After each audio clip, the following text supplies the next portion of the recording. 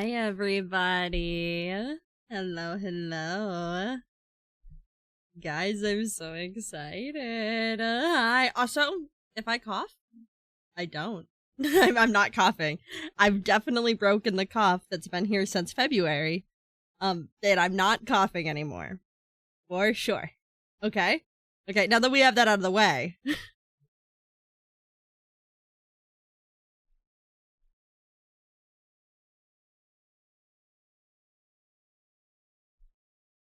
Hi. Hello, everybody. Why do I feel so short? Oh my god, I immediately coughed! Hi, everybody. Hold on. Okay, sorry about that. Did we get this fucking money? Hold on, no, I went to work today, you guys. Cough, what cough? No, exactly. I've had more of my drink. And I took cough medicine before this. I've taken cough medicine. So in theory, it should not last long. But hello, everybody. It is nice to see you all again. Let me say hi to everybody before we begin. Hi, Luke. Thank you for first. Hi, Abyss. Hi, Blue. Hi, Mammons. Hi, Shadow. Hi, Atlos. Hi, Tiberian. Hello, Laws. Hi, Ghastly. Hi, Sassery. Welcome in, my babies. It is the start of a new stream week. And so we're gonna be getting up to a lot today. It's actually going to be a very exciting day for us. Did my alert just not work? Do I have to crash out? Thank you for the follow, Aurorum. I don't know why my alert didn't go off. That's actually evil, because I love my alerts. Where is my alert? Chat, please hold. Tell me my alerts are going off. No, don't subscribe, and then my alert isn't going off. Hold on! Why? Why? Thank you for the 3 months, Lutz. I'm glad you like it here. That pleases me very greatly. Where are they? Come back. Come back. Where are my alerts? Hold on. Hold on. Hold on. Live troubleshooting. I'm so figure things out. I'm so troubleshoot live. Is it because I haven't logged into fucking... Tell me it's not. Oh no, I think my alerts don't run through here anymore. Stupid! Idiot! Dumb! No, no scuff. Hold on. Hold on. Hold on, guys. Hold on. Hold on. Everything's fine. Stream Elements was having a rough time. Ooh. Ooh, anyway, I'm gonna ignore that scuff, and I'm gonna fix other scuff first. Hold on. There is no scuff. Everything's fine. Super professional starting stream. We're gonna test something here. Okay, emulate. Follower event. Do that. Why aren't you doing that? Why aren't you doing that? My own alert box in the emulator. There's no scuff in Akiai in streams. There's not. My own alert box is fucked up because I can't emulate any of my alerts. What's happening? Hold on.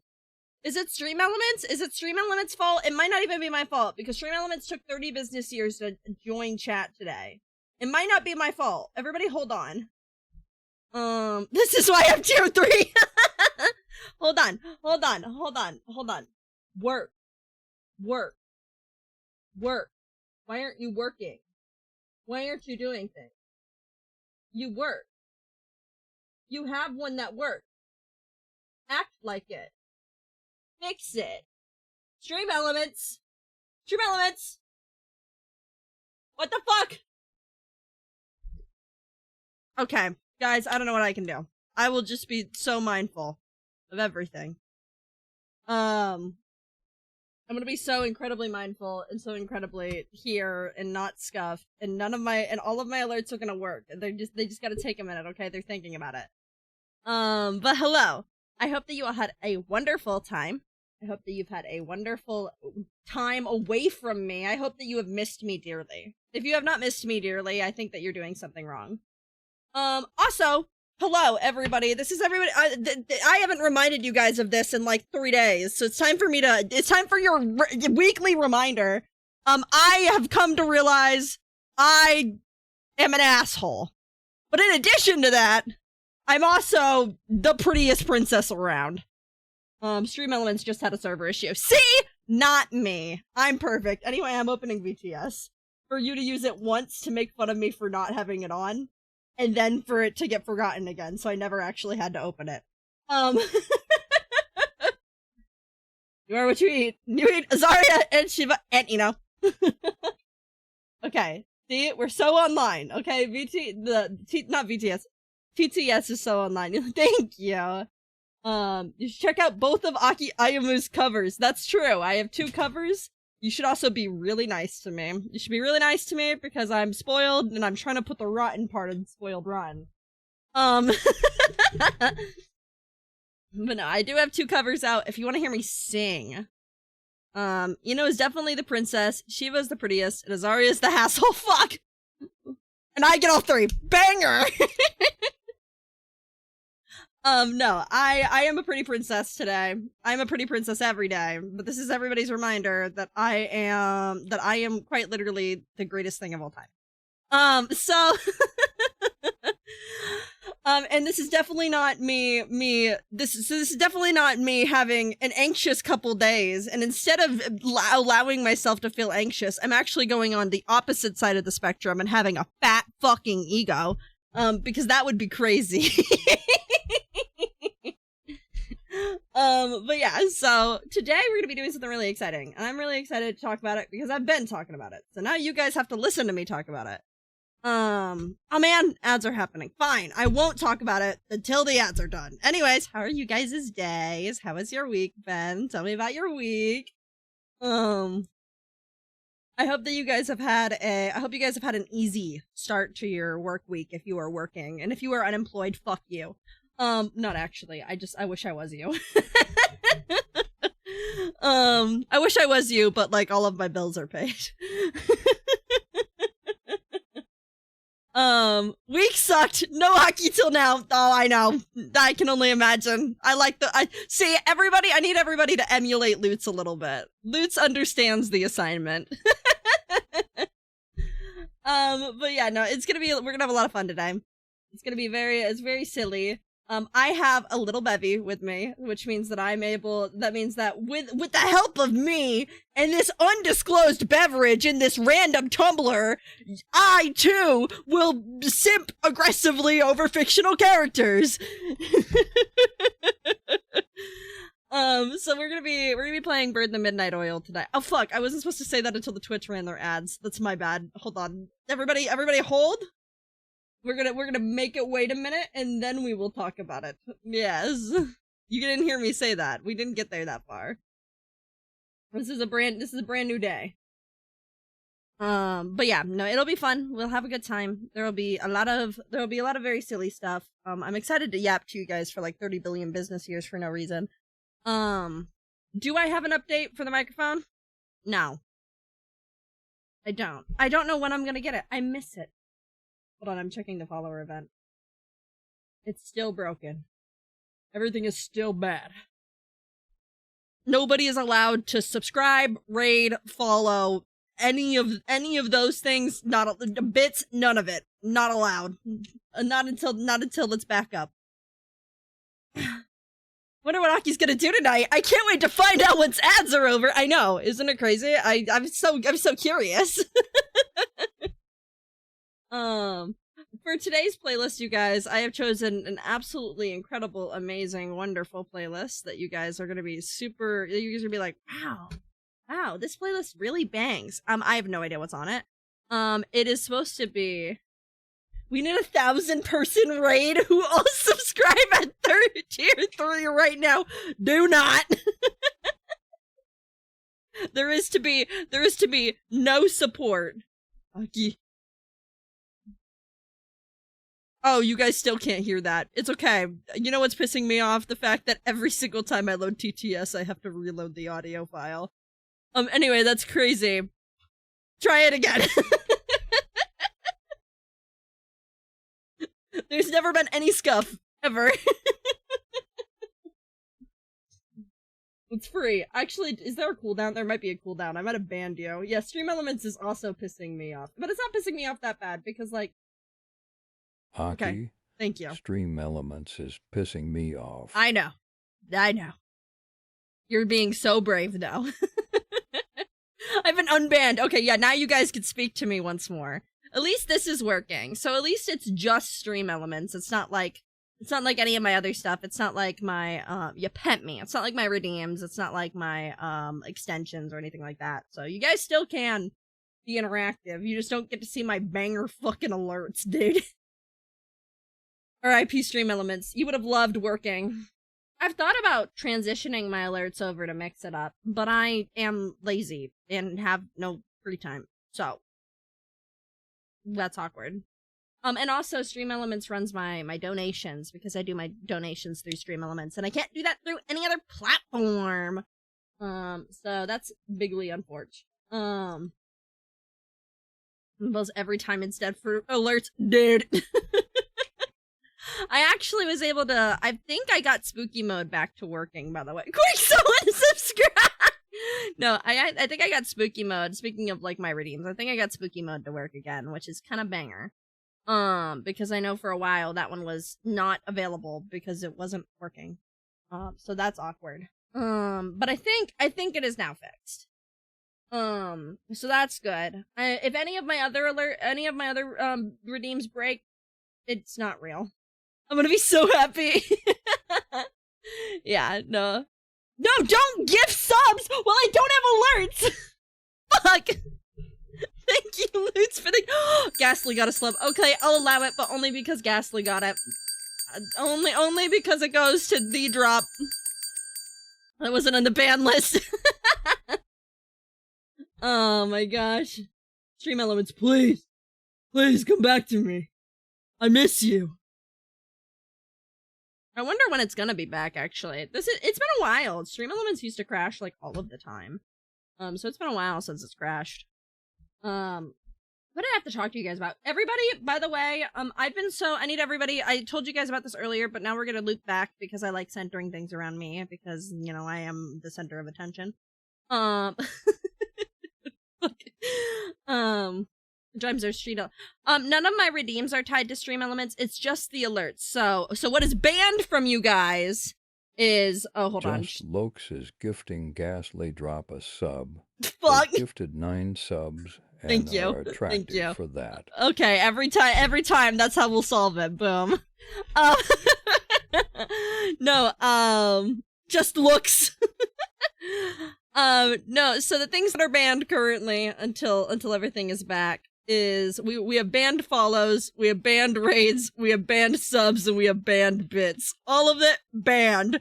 Until Stream Elements figures out its shit, you're not allowed. Hi Water, welcome in. But yeah, no. What was I saying? Oh yeah, everybody has to be really proud of me. I don't know if you guys have noticed or if you care, but now I'm gonna make you care because I said so. Have you guys seen how much I've been posting on my TikToks and my YouTube shorts? Bro is actually making content elsewhere. Bro is editing. I've been in, me and CapCut, we have a very strained relationship right now. Content is speak. Thank you. See, this is the energy I like. This is the energy. LinkedIn. Fuck. I don't know if you can call me twin if you're using LinkedIn. I can't remember the last time I did that. Also, oh, what you gonna say? Oh yeah, oh my god, also I posted brand new art yesterday. Did you guys see that? Did you see that? Wow. No, it was a very gorgeous. I commissioned it like way back in 2025 and then I just forgot about it, to be honest. Because I am so susceptible to an emergency comm. You have no idea how susceptible I am to an emergency comm. It's crazy. I'm like, oh my god, I can help someone and I could be pretty. Appearing on my YouTube page. It's crazy how the algorithm works. Now what is this? Hold on, this is a whole lot of reading you're about to make me do, and I am illiterate. Hold on, I gotta like get extra close to the mic, not the microphone, fuck. Yeah, I actually need to speak to see. But no, I'm so happy that I'm appearing on you guys' algorithm. Read it in the mod voice. Aki. What do you mean the mod voice? Hi, Mia. There's so much to this bit. Trust the process, okay? I'm trusting you. If you lead me astray, we're all gonna judge you. Okay. You said to do this in a mod accent? Hello, dear.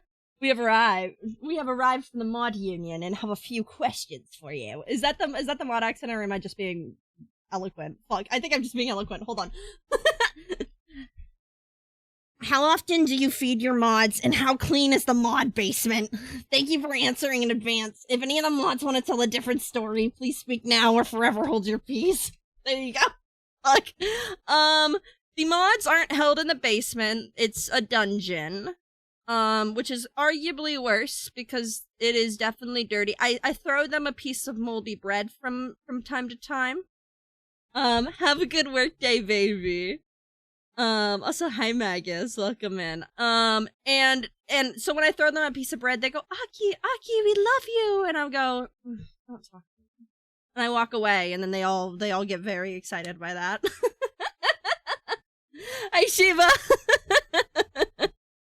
I'm chained to the wall, and I'm right where I wanna be. Okay. Fuck. Oh my gosh. Not even the. I know. I told you guys. I'm evil today. I'm not even evil today. I'm just me. There's not a lot happening. But yeah. So I've been edit my own short form content, and it's been so cool. But I hope that your day is going well, Liliana, as well. And I'm really excited because I have migraine, eyes covered. Have a nice stream. Have a nice stream, Shiva. I mean, not have a nice stream. Fuck. Have a nice night. Have a nice migraine. Take care of. Yeah. In that order. 1 being none and 10 being a jungle. How moldy is your ecosystem? Fuck. Don't enjoy your migraine. Enjoy getting over your migraine. Fuck. Hi, Explosive. Welcome in, baby. Oh, gosh. But yeah, no, we're gonna have a lot of fun today. We are gonna be playing, now that everybody's back from the ads, we can talk about it. We are playing a brand new demo. I have been following this game and been waiting for the demo since, trying to think. Probably since about a year ago, around debut time. Isn't that crazy? But yeah, so I think around August of last year is when I first saw some stuff about this game. And if you know anything about me, I have a lot of hyperfixations. One of those hyperfixations is vampires. As you can tell, if you haven't figured it out, is that I am a vampire. I know this may be shocking for some of you, considering the ears. But yeah, I love vampires. Very, very much. I love anything with vampire media. Free range mods should exist. No. They aren't. And yeah, I'll tell you why. You know why? Also, thank you guys for the hype train. How did I just notice that? Free range mods aren't allowed to exist because they don't want to have free will. That's like, they like being chained to the job. That's the appeal for them. So sorry you didn't pass inspection!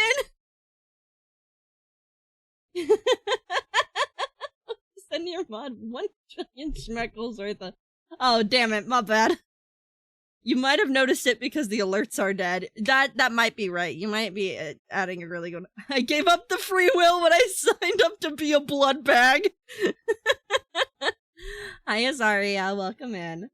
But yeah, so I have been following this game for a very long time because I love vampires and I have been wanting to get into visual novels, but I sometimes struggle with focusing at all. And also sometimes I don't understand how to make people like me in the span of a game because I don't understand how to make people like me in general.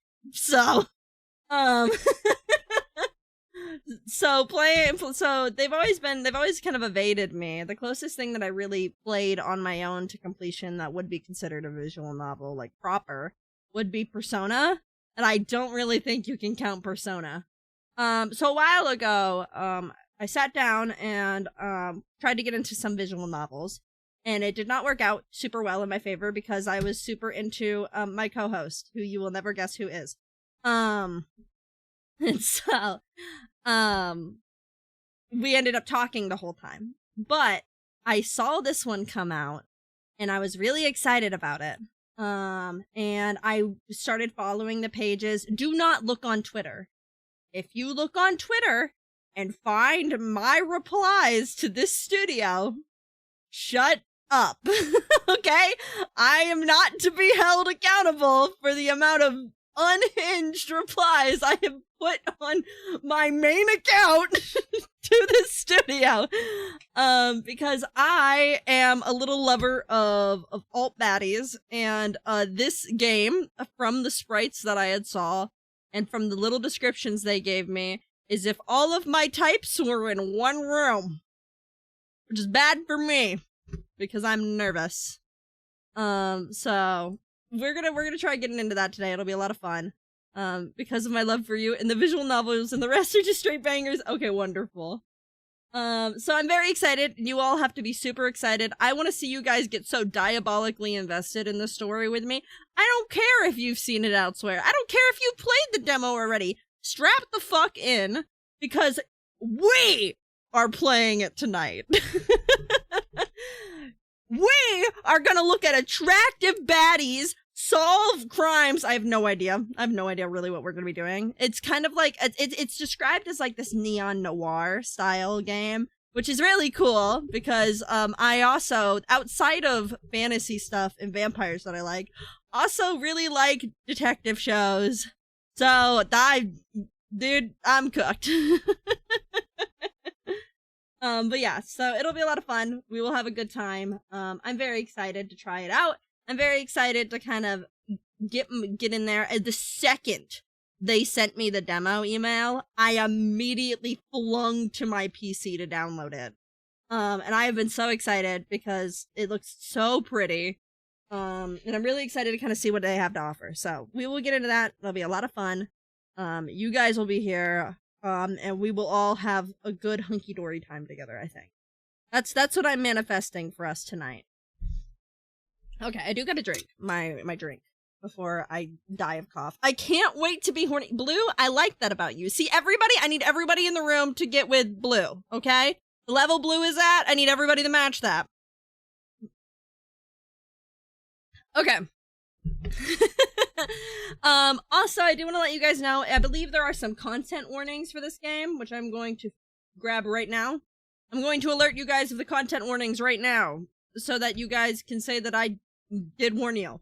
First off, this game contains mature themes and is rated for players 16 and up. You have to be 18 and up to be here, so you should already pass that one. Being nonchalant. No, thank you! Everybody, snap your fingers, go, yeah, that's what I'm talking about. Okay.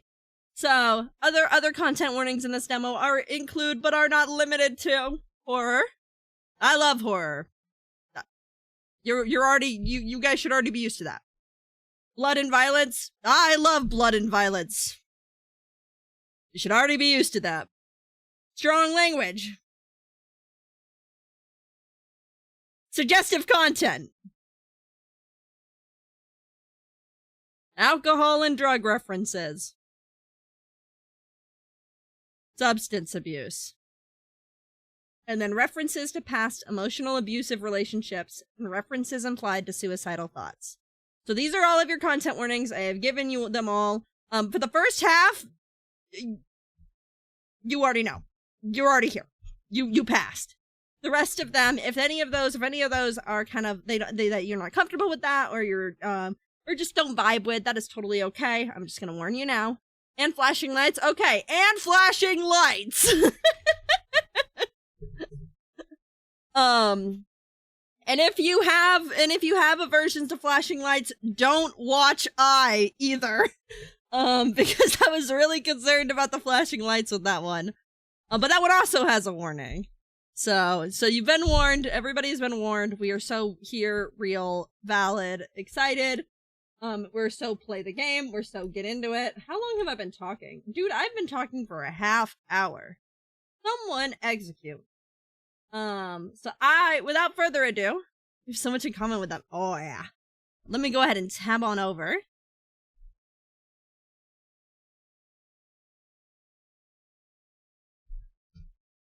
Whoa, game. Okay, let me change my category. Wonderful. And then let me turn the audio back on. And you guys will have to let me know about the audio. If this is too loud. I need to know. If you want to hear my music a little bit more, because I do want to hear the sound design in this game so far, so I do definitely want to be listening to it.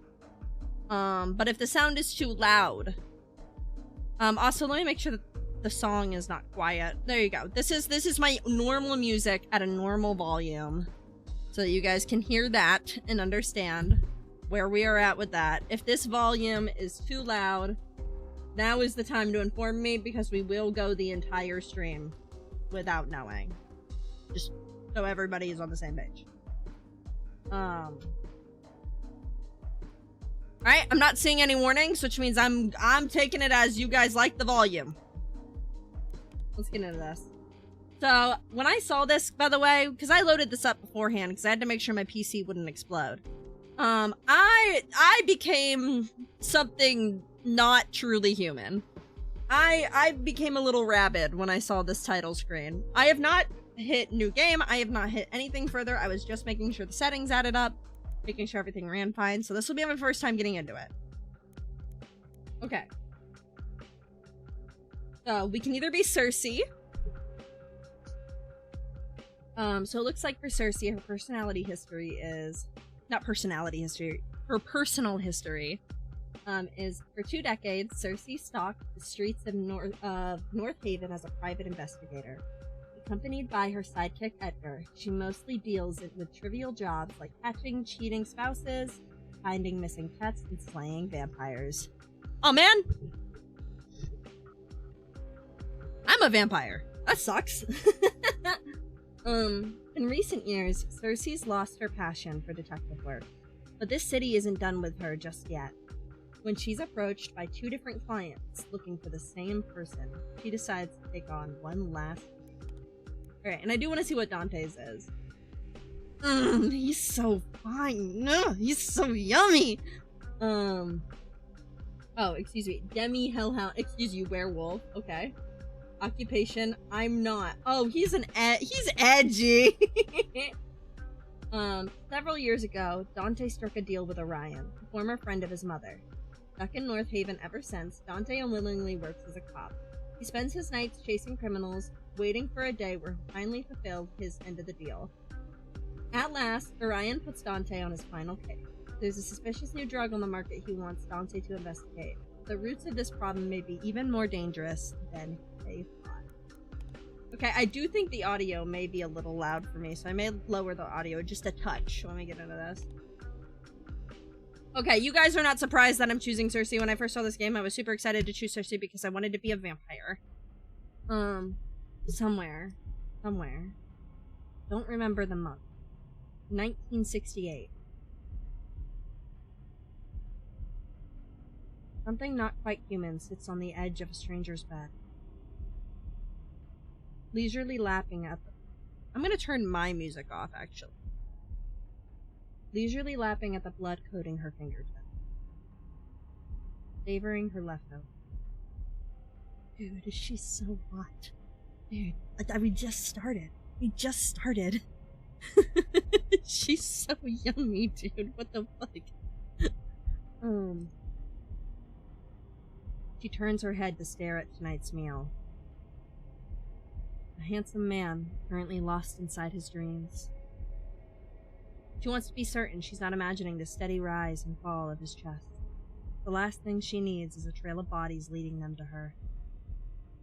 But even the imprints of her teeth on his fair skin have already faded. When he wakes up tomorrow, his memories of the entire night, of her, too, will be gone. He'll go on with his life like he never met her. He'll get married, have a kid or two, grow old. Hi, Kiri. Die. She'll remember him for a while. She won't be sad about it. Or miss him. Or ever ponder what could have been. He's not the first man. Oh my god, hold on, I can speak. He's not the first meal whose bed she seduced herself into. And he can never be the last. So pretty. Sorry, I'm like a rabid dog, dude. Oh my god. Her eyes traced the stranger's features one last time, searching in vain for a different face. His face. Before your humanity was stolen from you, would you have been anything like this man? Or have you always worn your penchant for destruction with unbridled pride? Oh, the stranger speaks to me. Thank you for the alert. When the stranger stirs in his sleep, she accepts that she won't find whatever she is looking for here. The time has come to part ways. Sweet dreams, Arthur. At least, he thinks that was his name. Oh, guys, please. Maker. It is midnight, and I am writing to you from yet another city whose name I could not be bothered to learn. I'm not sure what day it is, or how long it's been since I bid you goodbye for the last time. Maybe it's been days. Maybe it's been weeks. Maybe it's even been years. Since your death, I haven't had anywhere to call home. I only stay in one place long enough to take shelter while the sun is out, and then I'm back on the prowl. It's mostly men. I desperately want them to remind me of you, even though none of them look anything like the you I knew. Living or dead, I suspect no one will ever remind me of you. I should probably be grateful for that, shouldn't I? Maker. I have taken to hunting every night just to keep sane, but I don't think it's working. I fear I might have lost my mind long ago without noticing. At least, I don't think I'm making things worse. At least I'm keeping busy, which means I have less time to think. That's a good thing. If I think too hard, or too long, I start thinking of you. I make bad decisions when I think of you. Maker. Remember how you always used to say that creatures like us weren't made for the rules? I always disagreed, but only out of spite. We both knew you were right. I hate being told what to do. Yeah, you and me both! I hate it so much. I'll fuck everything up for myself just to do the opposite. God, she's so mean! I miss it now, though. You were here, I wouldn't have these doubts. I wouldn't have to worry about right or wrong. You would make all the decisions. You alone would be responsible for the terrible, terrible consequences of our actions. Without you, I find that I'm no longer just lonely. I'm alone. You promised me even death could never part us. So why didn't you take me with you? Lucky, how close are you to the mic? Am I not speaking loud enough? Hold on. How about now? Am I better? Hold on. I also, oh my god, wait a minute. Hold on, I got this. Hold on. In my normal speaking voice, if I turn my volume up, I'm sorry if this peaks your mics at any point. How is this sounding? Because this is going to be the volume that I'm probably speaking at, because I don't do a lot of visual novel stuff, so normally when I'm speaking, I'm louder anyway. But when I'm reading, I'm not gonna scream every word I say. Better? Okay. Okay, beautiful. Thank you. Shit. He slinks away from the crowds, seeking shelter in the shadows of the nearest alleyway. Shit. So this is it? All those years led to this? She's still doing the exact same bullshit she used to do when she was trailing after him. Only now she's doing it alone. And to what end? Also, hold on. Options. I also said I wanted to turn the background music, slightly down. I'm gonna turn it down here. And I'm also gonna low play our music. Lower. Perfect. No negative background noise. Perfect. Wonderful. And to what end? What is the point of living like this? Hell, can you even call it living? What? She almost doesn't dare say it. What if I just ended it? She's already died once. Her second death doesn't even have to count. Some might call it suicide. Cersei gave up on heaven a long time ago. If such a place even exists, she was barred from entry many murders ago. All things must end someday anyway. Perhaps it's my turn now. That thought brings her a strange sense of peace. She slows her heart down, leans her head back against the brick wall and just listens. She hears traffic. Ooh. Wait, okay, so left click pauses it? Duet? This is new information. I'm learning things. She hears laughter. She hears music. She hears colleagues stumbling to their next bar, arguing over the next round. She hears couples spilling out of the cinema, giggling and necking and whatever couples do. If she really, really strains her ears, she can even hear a couple of homeless drunks laughing their asses off over a joke that definitely doesn't deserve such unfiltered glee. It all sounds like life. Fuck. All these years. And she's ready to kick the bucket because what? Because he is gone? She can't even make it a year without him? How is that fair? It's not. It's not fair at all. It's stupid. And worst of all, it's humiliating. She's mourned enough, doubted her decisions enough. She wants to live, so she's going to live. Yeah, that's right. She'll keep going out of pure fucking spite, if that's what it's... Who the fuck just touched me? Something drives through her chest, narrowly missing her undead heart. Thump. Thump, thump. Thump, thump, thump, thump. There's a heartbeat. Beating so violently, it has to hurt. She takes the blah blah. It takes her longer than it should to remember that it can't be hers.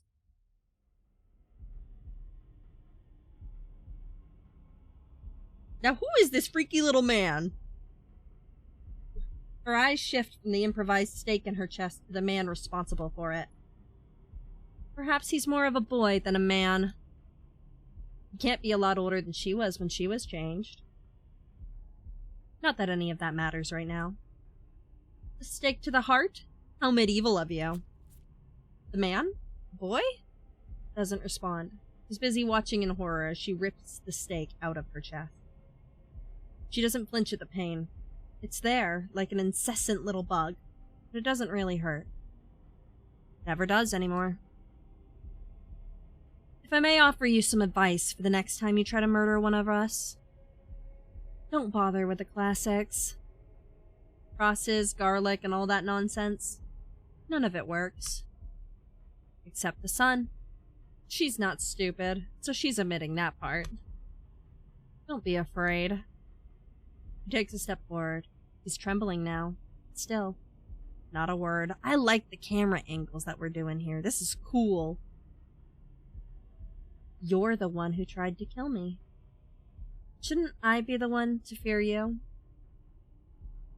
She catches her hand right before it touches his face. He hadn't even realized she was reaching for him. A bad habit of hers. She's always cold, so she's reaching for warmth. Why don't we play a game? Why don't you guess what can kill me? She doesn't like the silence. She wants to make him talk. If you get it right, I'll even reward you. Generous, no? more silence. This isn't some trick. I find you vaguely entertaining, so I intend to let you keep your life either way. Still silent. She stomps her foot. She's so me. This is a moment of weakness, guys. Sometimes I do be stomping my foot. I get it. I get it. Frustration seeping through. You're not going to talk to me at all? He's not even meeting her eyes anymore. He follows his gaze downward. Ugh, man. Interesting choice of priorities. Checking out my boobs at a time like this. What? No, that's vile. I would never do that. He speaks. Well, now I'm offended. What's wrong with my boobs? Nothing. Oh no, he's pathetic.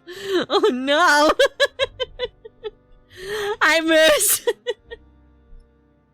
I think. I mean, I wouldn't know because I wasn't looking at your chest area. I'm not that kind of man. Then what kind of man are you? He ignores the question. I was looking at that! He gestures wildly to the hole in her chest. Oh. Or rather, where the hole used to be, less than a minute ago. It's already healed, like it was never there. Another reason luck isn't on your side tonight. I just fed. What? I just fed, so I heal faster. The blank, stupid look on his face is oddly endearing. God, that's the fucking story of my... Can I get that on, like, a poster?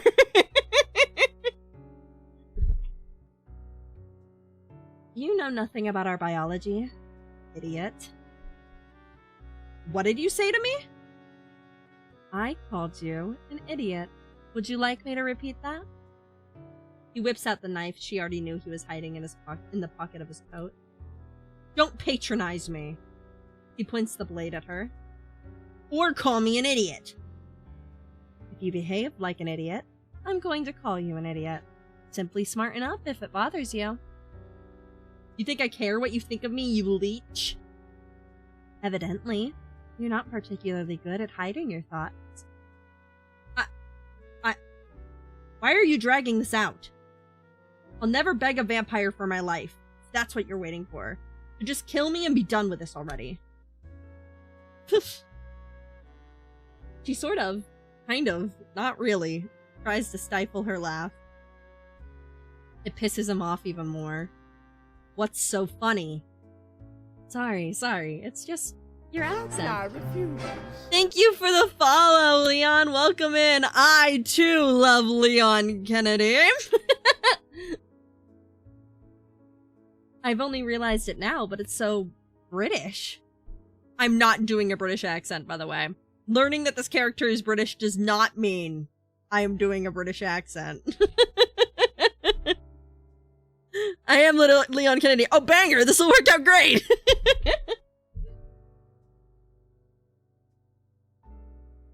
Welcome to North Haven, England, where literally everyone talks like this. Oh, so that's where we are. She looks around, taking in her surroundings for the first time. She's not sure how she got here. Mwah. But it doesn't matter anymore, does it? She's here now. You're not from here. What gave it away? Your accent. Are you American?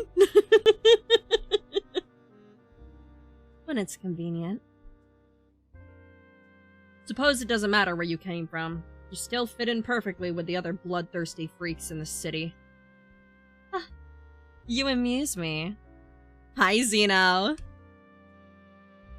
I definitely can't kill you now. Why not? Why? You almost sound disappointed. Making me tired. What the fuck is oh, that- don't say that. That'll be great for my ego. That'll be great for my ego.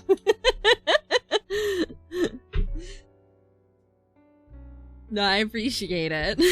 You guys are welcome to relax as you hang out. It's rare we get to do, like, such heavy voice content. Of course not. But it doesn't matter what I want. You should do it anyway.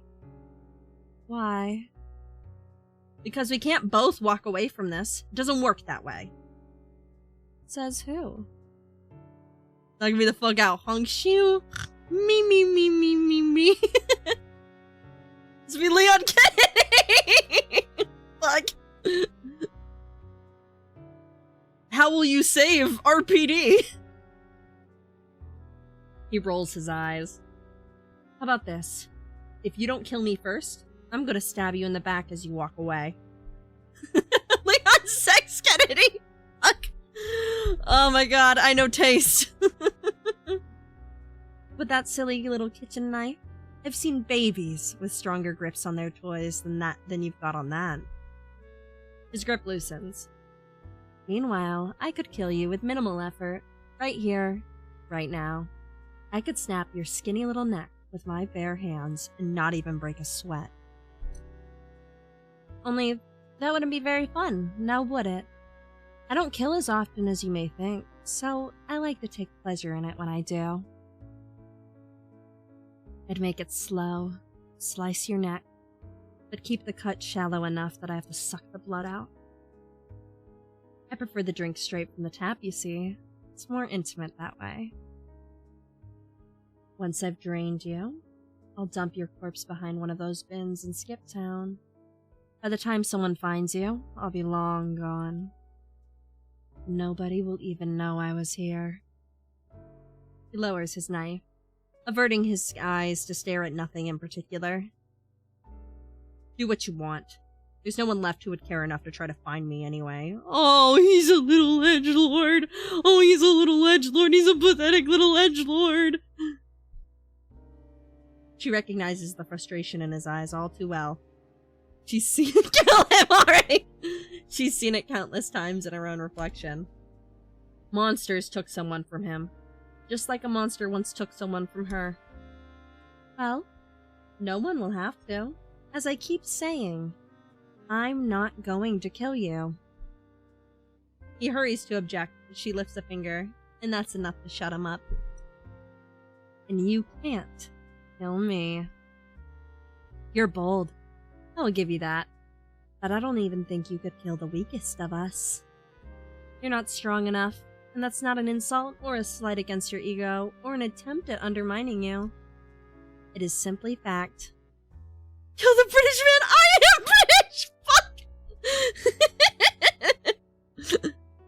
You are too weak. Don't you think you're underestimating me a little too much? No. I see you exactly as you are. You're no threat to me. You're no threat to anyone. You want revenge, but for whatever reason, you can't kill the one you actually want dead. So you poured all your resentment into the first vampire you could find. Me, apparently. Maybe you thought I'd be an easy kill. Maybe you thought you really could do it. But if I had to guess, I think you knew you would fail. I think you wanted to die. Oh, he's so angry. No, we just explained. Garlic doesn't work. Garlic doesn't work on her in this setting. Okay. Ugh. I imagine you changed your mind by now. Staring death in the face, you're no longer so tough. Still, your pride prevails. So even if anything I'd said happened to be the truth, you'd never admit to it. Would you? Powerful Suntan. He drops the knife on the ground and Cersei knows she's got him. He's not weak because he feels fear, or because he still looks at her like she's a person, deserving of empathy, or worse, sympathy. He's weak because he was born that way. Cersei was much stronger when she met the one who made her.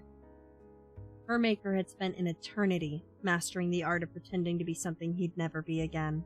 Yet, when she laid eyes on him, she'd seen what he really was. A monster.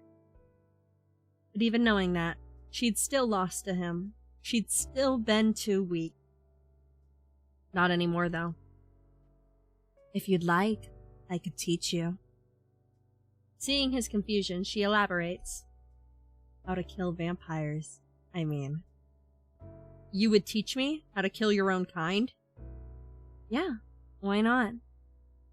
No matter how much of an idiot you think I am, surely you don't think I'd believe that's a genuine offer. Your kind prey on the weak, but you're loyal to your own.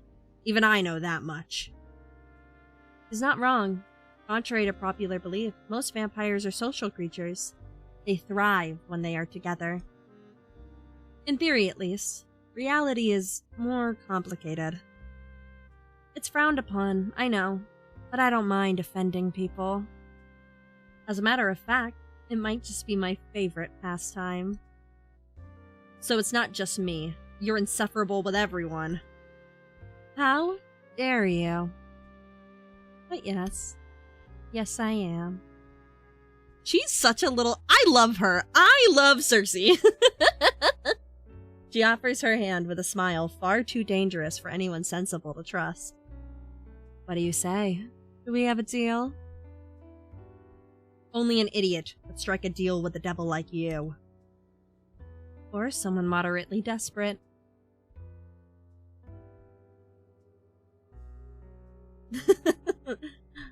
A moderately desperate idiot, then.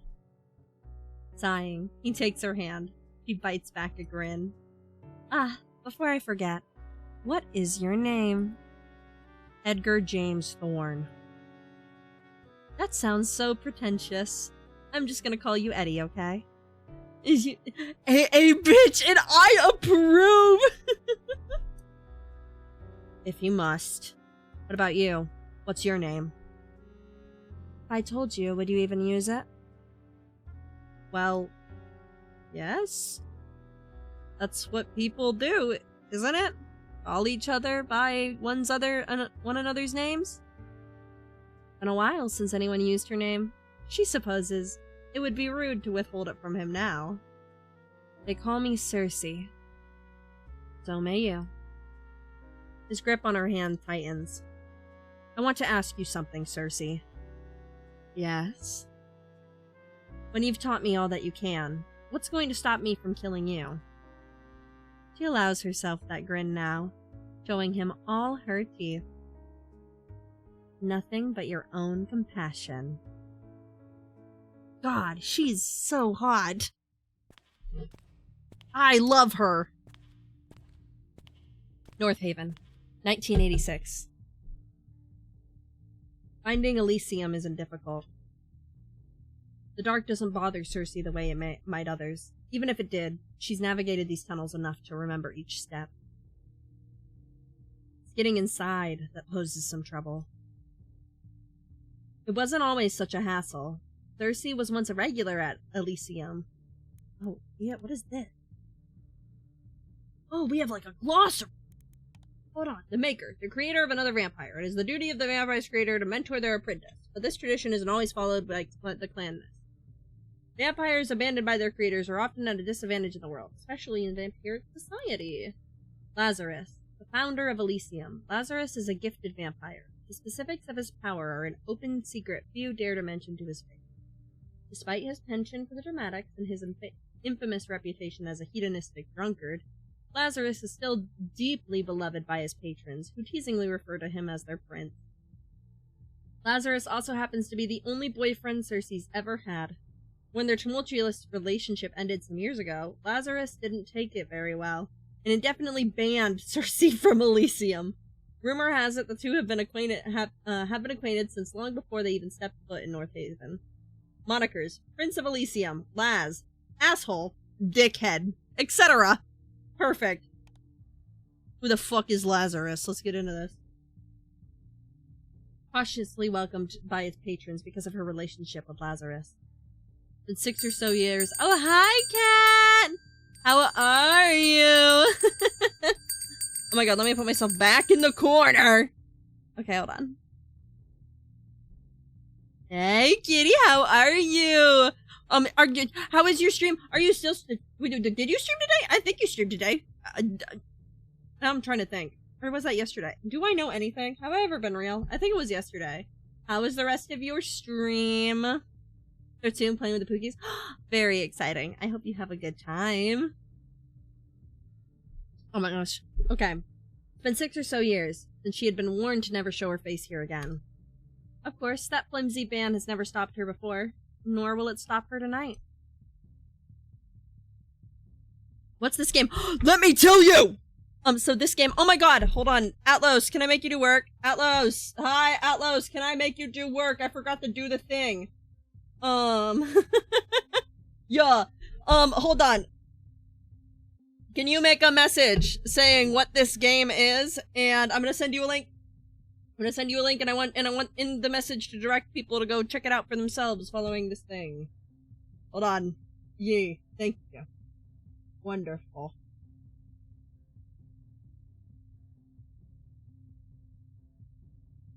I'm grabbing it. But no, this game is called Burn the Midnight Oil. It is a brand new demo of this super, it's a super cool, visual novel. And, hold on. Okay, I'm gonna send you the Steam and the Twitch and the Kickstarter. I totally forgot to do this because I got so excited to play the game. Steam and Kickstarter. But yeah, I'm actually really liking it so far. Currently, we are playing Cersei, who is a vampire. And she just met Edgar, who we're calling Eddie. And he tried to kill me. However, he failed. And so then we kind of had like a little bit of like, we had this kind of like, I wouldn't say it's flirty. It's flirty if you're into toxic relationships. However, I viewed it very flirty. So, there was a lot of tension in the room.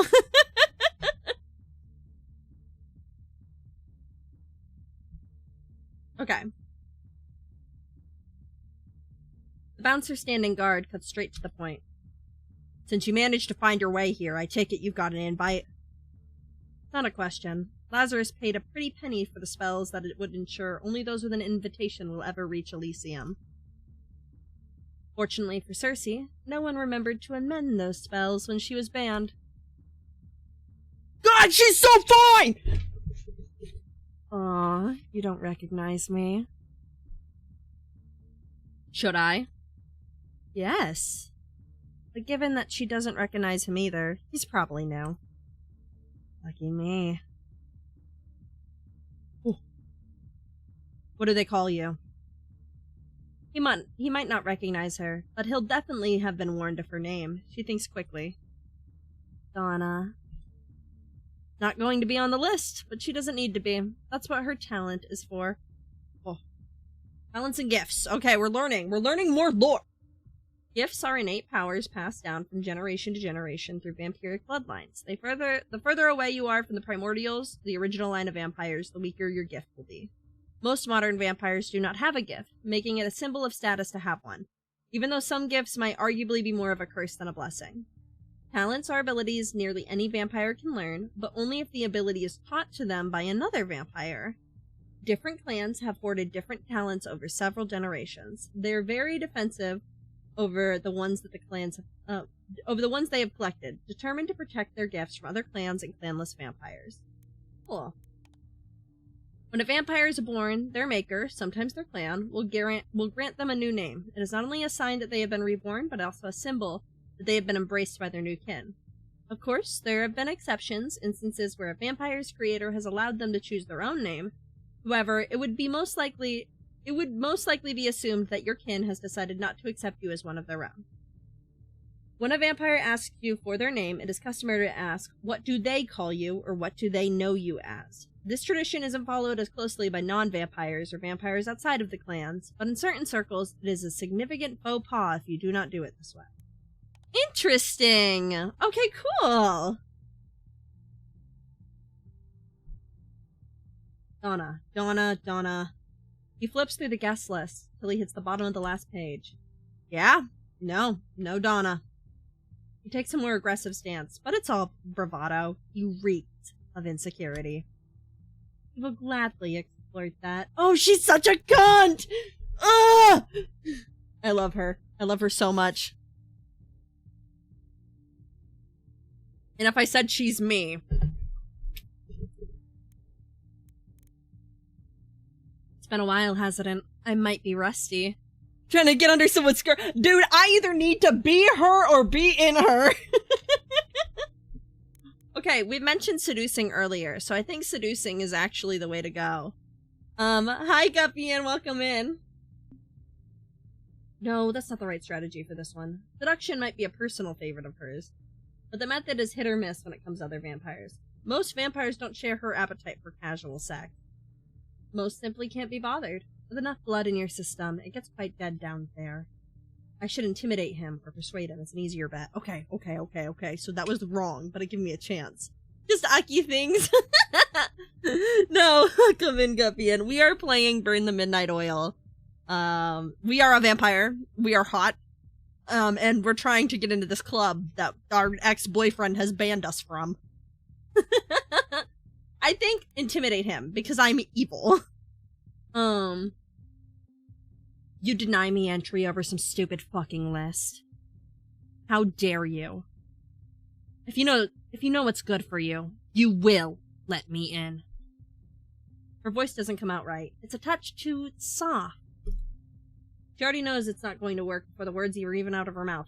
Fuck! I'm so bad at this! If your name isn't on the list, you can't get in. That's the rules, Donna. Or whatever it is they actually call you. Let's try that again. You're new, right? Okay, so now we're doing the right answer. I'm so glad that this one doesn't let me fuck up this one, because now I learned that I can fuck up things, which is gonna make my life very hard. Because if there is an opportunity for fuck-ups to occur, you can bet your bottom dollar that I am on a roller coaster down every fuck-up lane physically possible. She doesn't let him answer. I assume so. Otherwise, there's no way you wouldn't remember this face. He gets closer. Oh my god, thank you, Atlas. You're wonderful. Excellent. And then you can pin, and then I can pin that because I'm so sexy, and I can just manually unpin at the end of the stream. Banger.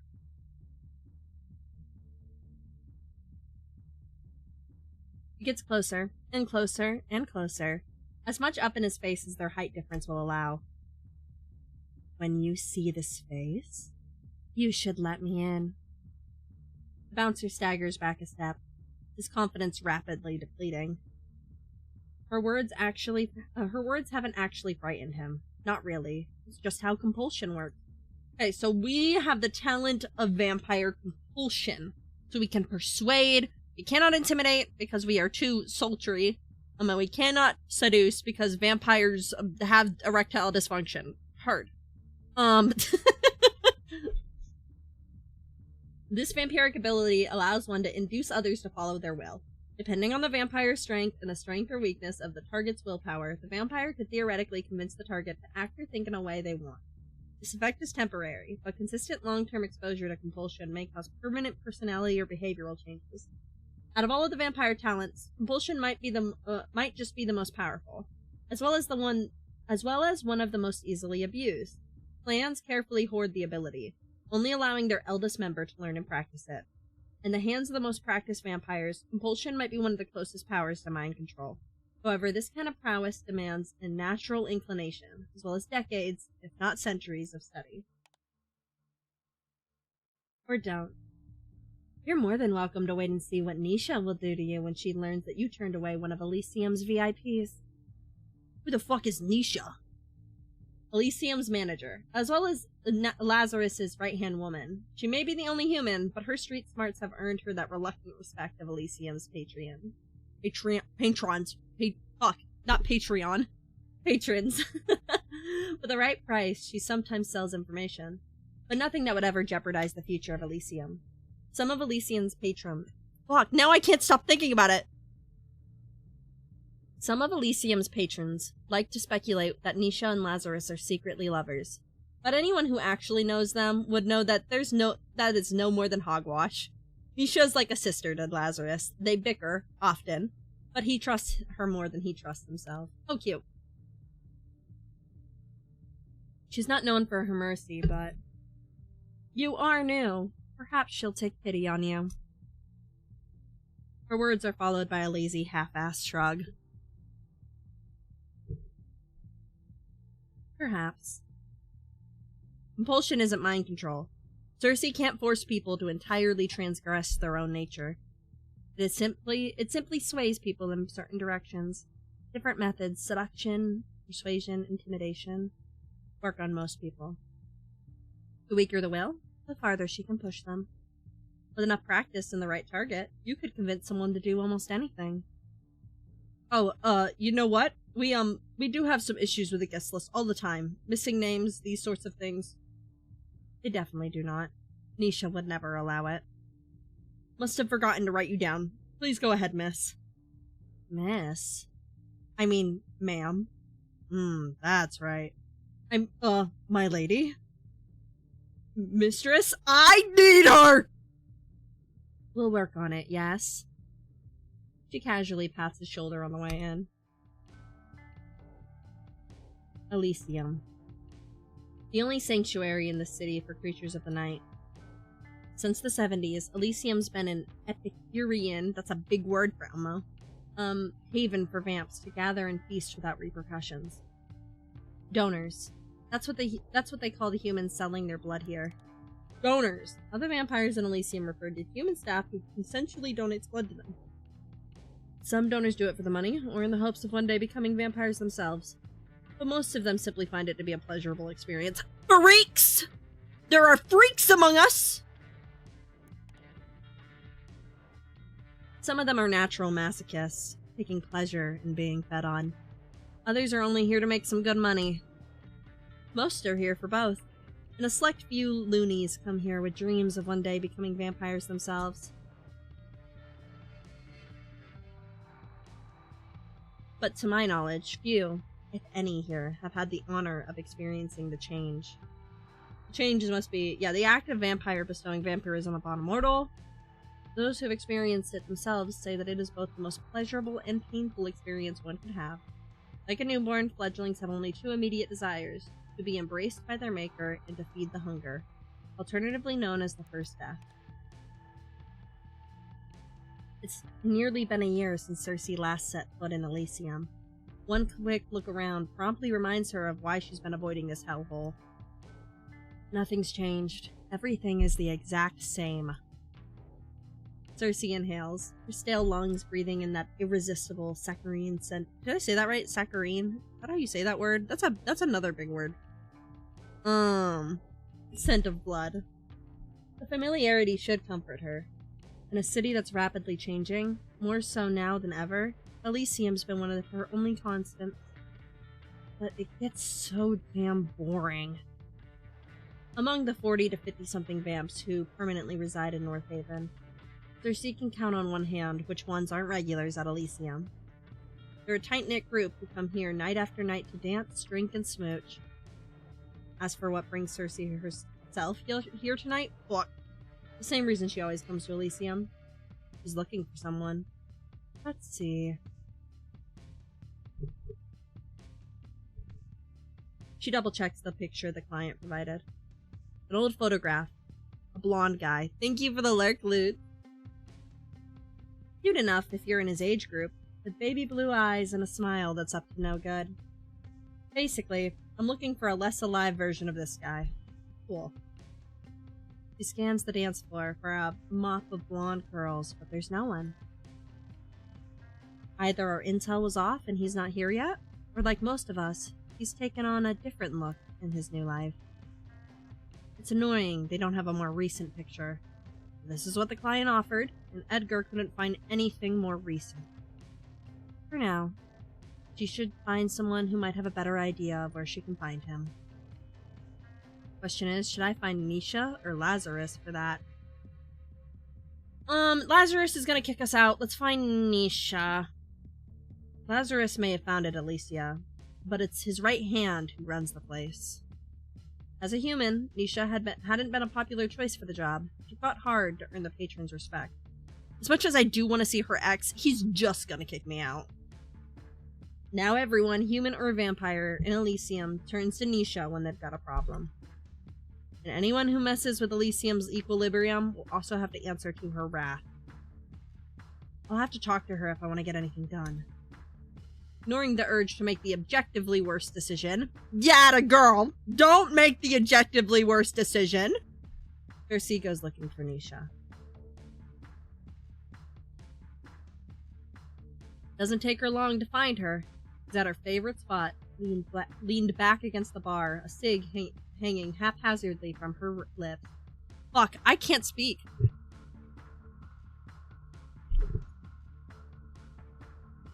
Hi, Crow. The way her eyes curve in amusement when she spots Cersei says more than words ever could. Is that who I think it is? Welcome back from the dead, babe. I wouldn't call Nisha a friend, but we do get along. It helps that Nisha's a businesswoman. Though her loyalties will always be to Lazarus and Elysium, Nisha appreciates making a little extra on the side when she can. Only, instead of selling her own blood, she sells information. That makes her more valuable to Cersei than any donor ever could be. Missed me? I guess. It does get pretty dead around here without you. No pun intended. She puts out her cig on the bar counter. Where have you been? Shit, has it been a year already?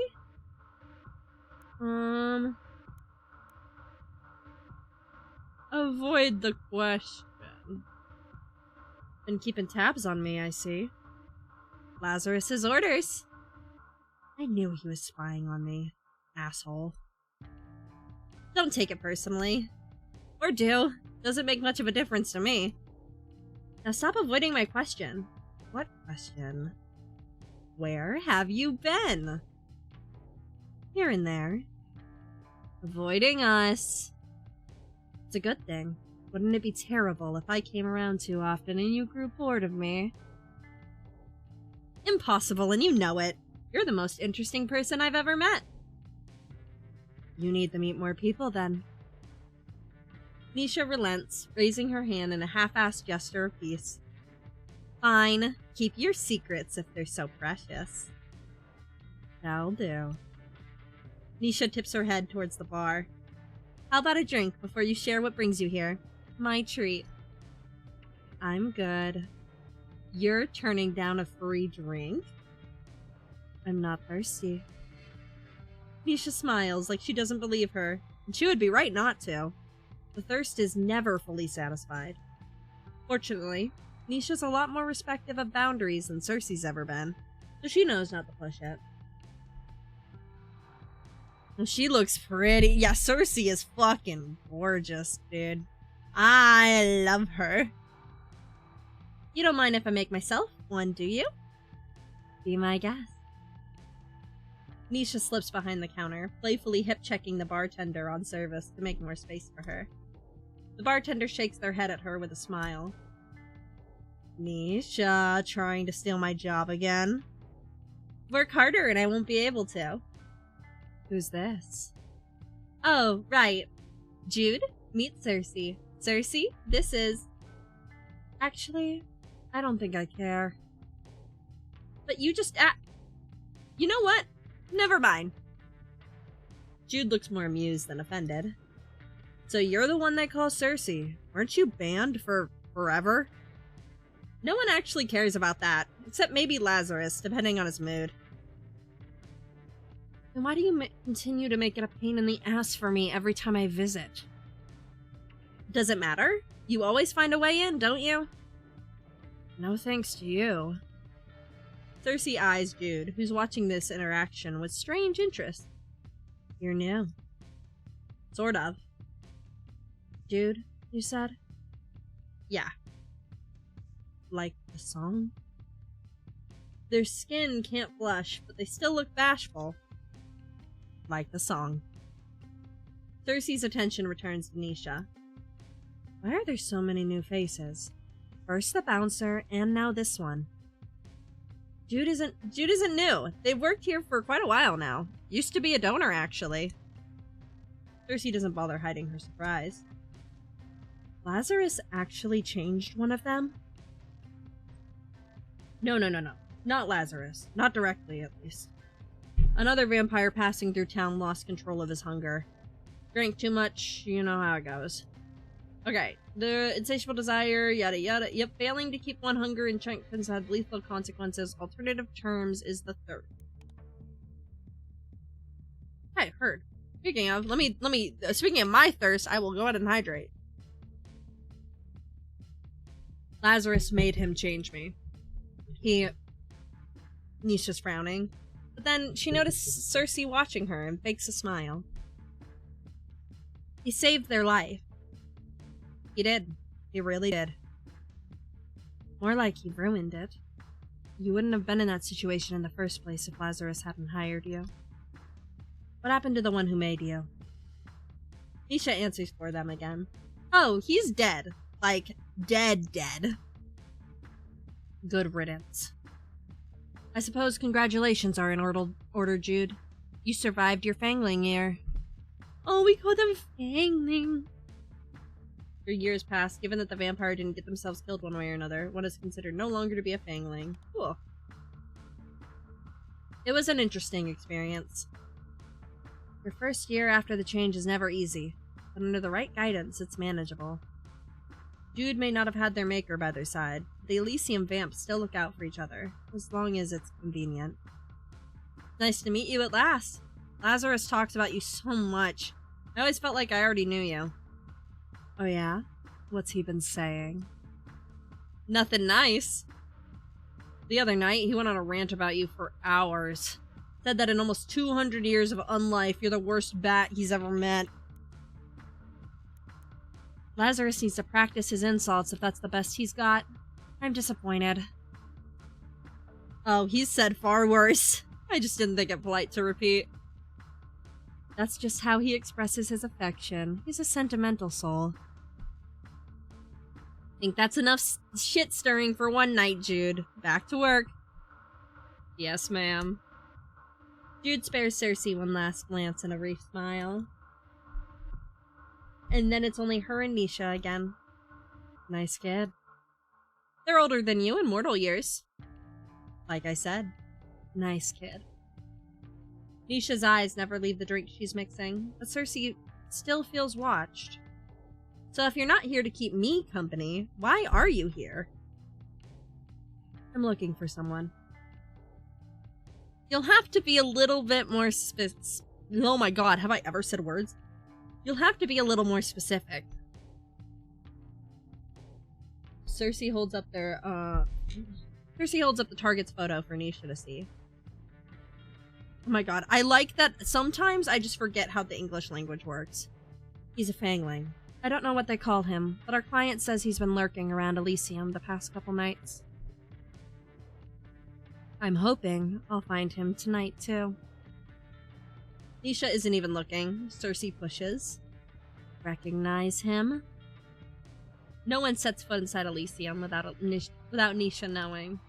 Nisha knows Cersei knows that, which is why they both know it's total bullshit when Nisha barely glances at the picture before she shrugs. Boys like that are two a penny in North Haven. What makes you think I would remember? Here we go. Unless you've got something to help remind me. You only get greedier and greedier. Thankfully, greed is easy to work with. Cersei slides a few pounds over the counter. Are we enjoying fine women? I love fine women! That's my takeaway. Cersei is me, I am her, and I want to be in her, I want to be her, and I want to be in her, and I want to be her. She's me. When she stomped her foot, I felt that. When she talked to that pathetic man, I felt that. I love her. I am her. Oh, hi, Hunters.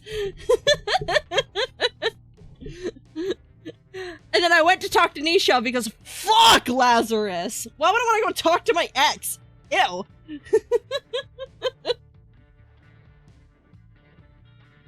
did the same. Cersei slides a few pounds over the counter, but I hope you're doing well, Azza. I hope you're doing well, Henners. Also, apparently I'm doing a really nice voice for her. I'm doing a really nice voice for Cersei. So that was great for my ego. So my ego, thriving. I'm doing great. I love her. She's so hot. Here you are, my love. Thanks. Big preach.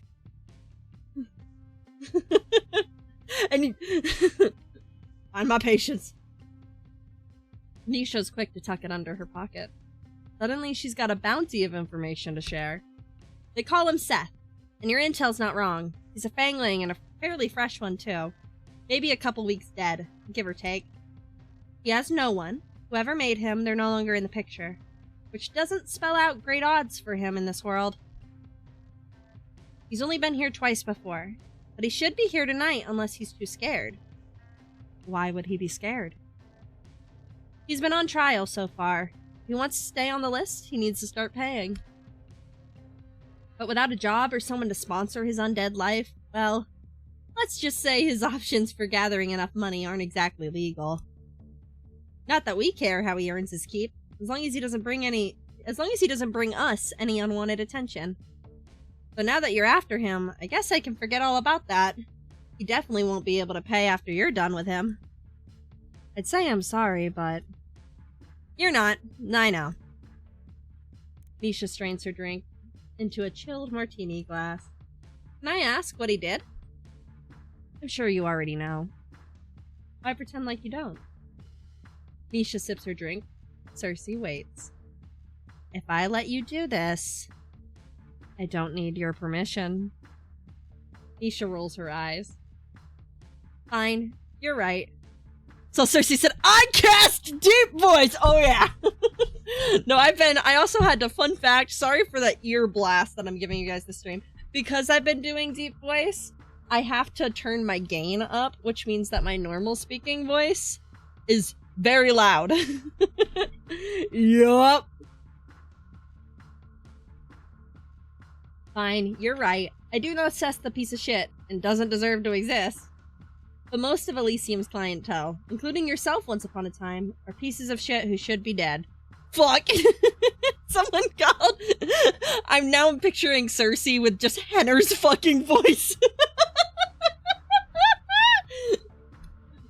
Henner's, wait, there's a British man. It's your calling. There's a British man in the game. They specify that he's British.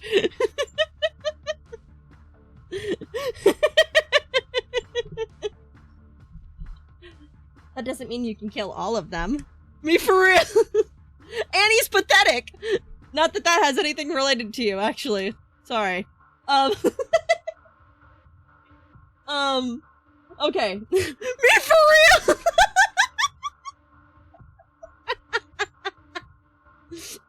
Of course you simp for him. I will say the second Edgar gave a little blush at the beginning and like showed that he was like a little loser boy, I was like, dude, I'm gonna touch you.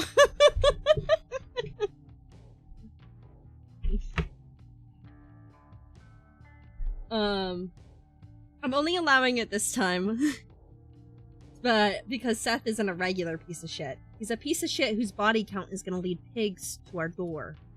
And I really, really, really don't want to see Orion's holier than thou mug more than I absolutely have to. Who the fuck is Orion?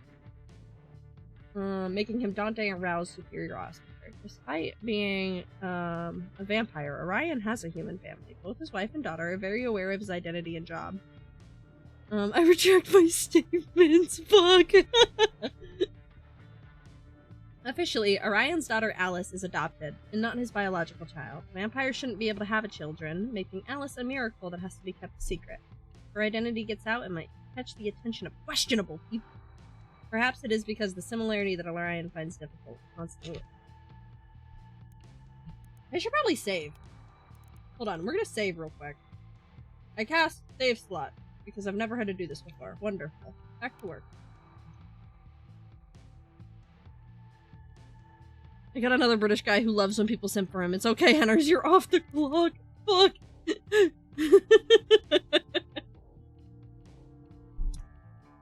So whatever you plan on doing to Seth, spare me the gory details. The less I know, the better for both of us. Go ahead. Hi, Zen baby. Hi, Saber. You pim me. Just don't do it anywhere near Elysium. Henner's got benched! We have a zero policy. Zero. Bleh, blah, blah, blah. You guys are distracting me. Thank you. Hi, babies. We have a zero tolerance policy towards violence between vamps here, in case you forgot. How's that going for you, by the way? Just asking, since your zero tolerance policy towards me is hardly ever enforced. You're already banned. What are we supposed to do? Ban you again? What if Nisha's my favorite character? What then? You could unban me if you're not going to put any real effort to keeping me out. Nisha attempts a weary smile, but ends up sighing instead. You act like it was my decision. Oh, right. I almost forgot. No matter how much you like to pretend otherwise, you're still Laz's little minion. She's such a cunt. That's my cunt. That's... Sorry. Fuck off. You don't even like it here, babe. Every time you come, all you do is complain, complain, complain. See, that's not an issue I have.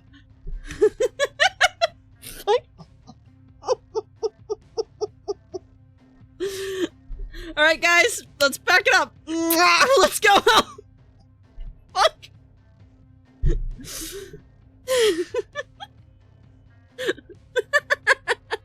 Yeah, get your droplets.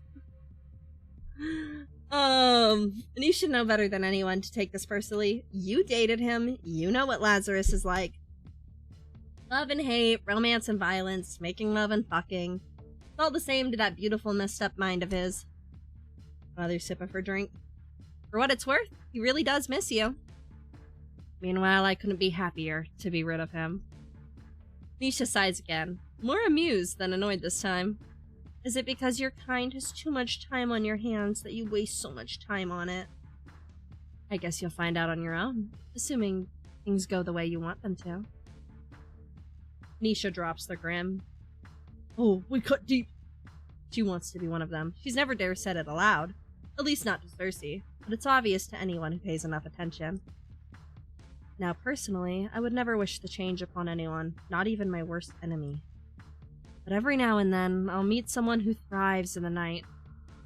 Someone who might as well have been born to be one of us. Nisha's exactly like that. But Cersei will never change her, and unless Lazarus permits it, neither will any of the other vampires that hang around Elysium. Nisha's only chance is Lazarus.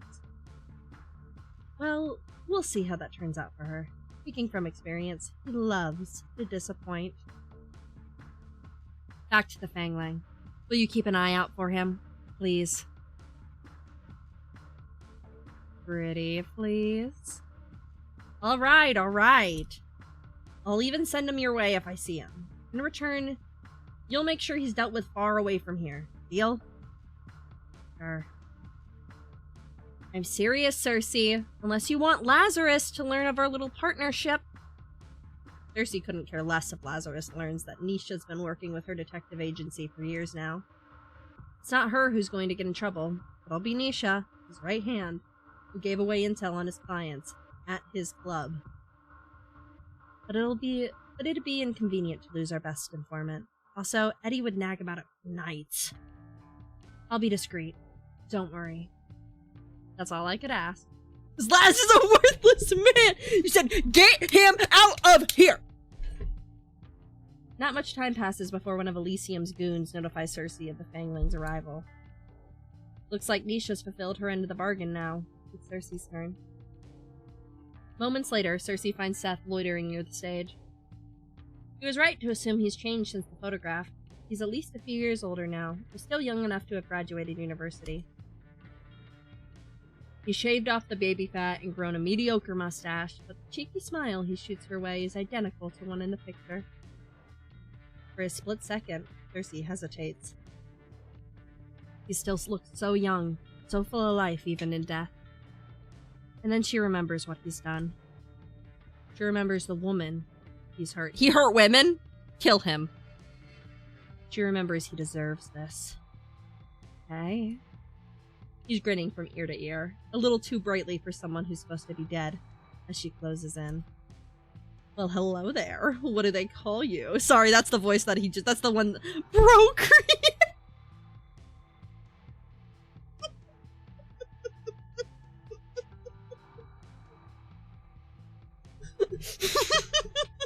Don't be funny.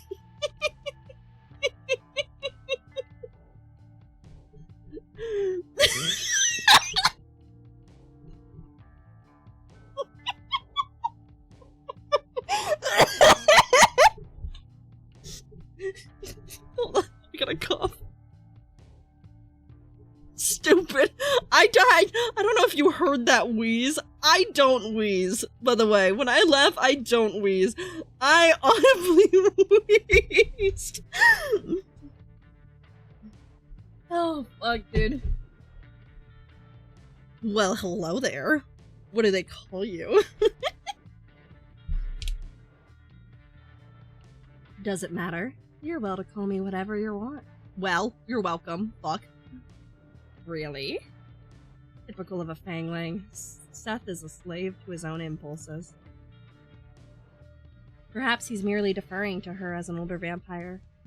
Or he simply can't help his excitement at a woman showing interest in him first. Damn, she's a bitch!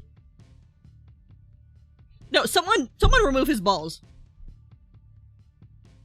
Either way, she smiles, deciding there's no point in wasting time.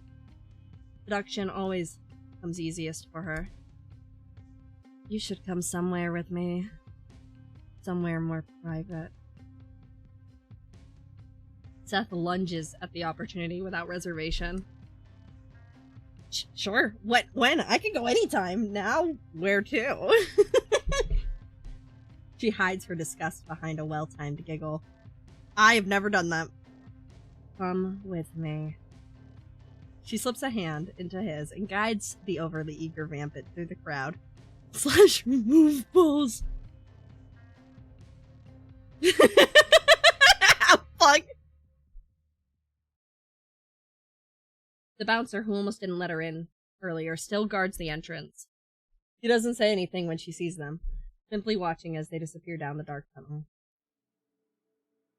Oh. When they get out of the tunnel, Cersei leads Seth through the streets with confidence, knowing exactly where to bring him. Oh shit, is Seth the guy that we killed on the title screen? It's where I met Eddie for the first time, 20 years ago. He is not the guy we met at the title screen! I spared his life that night, but I've ended so many lives there since to make up for it. Oh my god, I gotta cough again, fuck!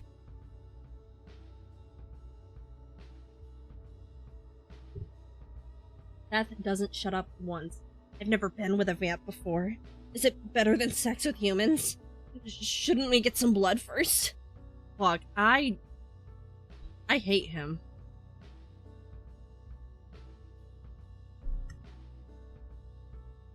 He enjoys the sound of his own voice too much. Not even once did he question her silence. Cersei stops at the end of the dingy alley, far away enough from Elysium to maintain her end of the deal.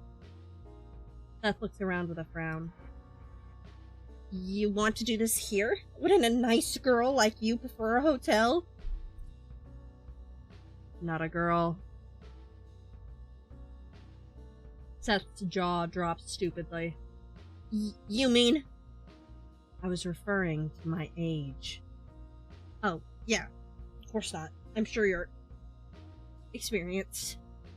I'm gonna kill him. I'm gonna kill him. I'm gonna kill him. I'm gonna kill him. I'm gonna kill him. I'm gonna kill him.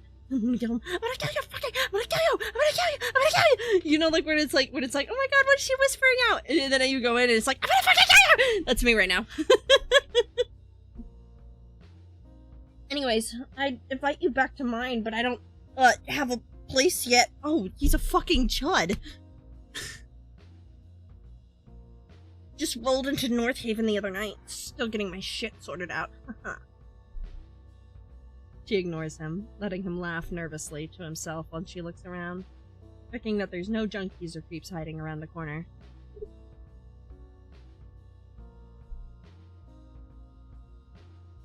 Seems it's just the two of us here. And he's back to being excited. Oh, you dirty girl. You got a kink for doing it outside, yeah? I'm like a grown tube.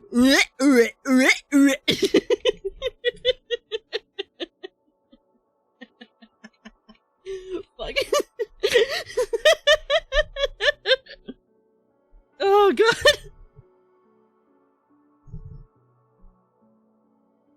No. Oh my God, she saw me! Sorry. You picked a great spot then. No way anyone will find us here. I need you guys to know the amount of times I'd be hitting people with ew. And that's it. As a BB to that clip, fuck! Oh my God. Hold on, you guys are making me laugh and it's making me cough. I'm gonna take... I already took cough medicine. Fuck.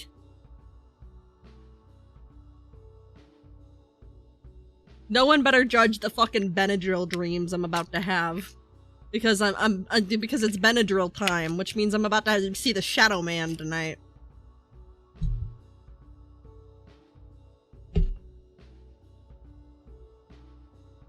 See, you get me. I'm about to see the Shadow Man.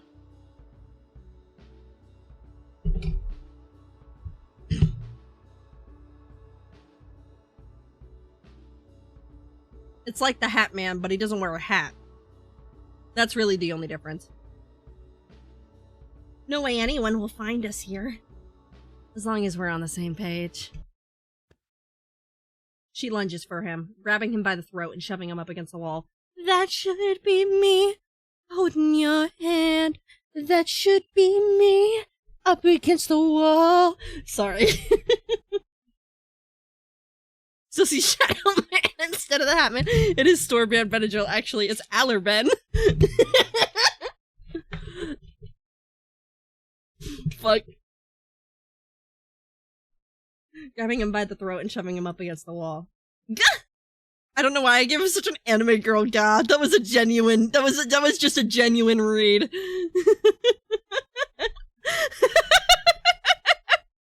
Fuck. Sorry, you think I'm funny? He doesn't need air to survive, but he's forgotten that in his panic. He gasped desperately, clawing at the hand wrapped tight around his neck. Percy stares into his eyes the entire time. She doesn't want to miss the moment the fight leaves him. The moment he realizes he doesn't stand a chance. She's older. Oh my God, my hair tuck. She's stronger. Oh my God, my other hair tuck. She's going to kill him. Oh my God, my panties. She's going to fucking kill him. Please. She only notices he's crying when a stray tear hits her skin. I want to be in her every day. No, fucking honestly. Typical. When threats don't work, they always resort to begging. Please don't. Please, I don't know what I've done to piss you off, but... She can feel the joy seeping out of her as Seth's crying grows louder. She forgot how annoying it can be to kill fanglings. They're too sensitive. Whether it's pain or pleasure, they feel everything too strongly. That's why they don't last long without an older vampire to guide them through their first year. Leave them to their own antics and they'll fuck like rabbits and die like cattle. Why are you doing this to me? Quit wailing and I'll get to that part. It's a little hard not to wail when you're about to kill me, but sure, I'll be bloody quiet. Why is he British? Hannah! Fuck!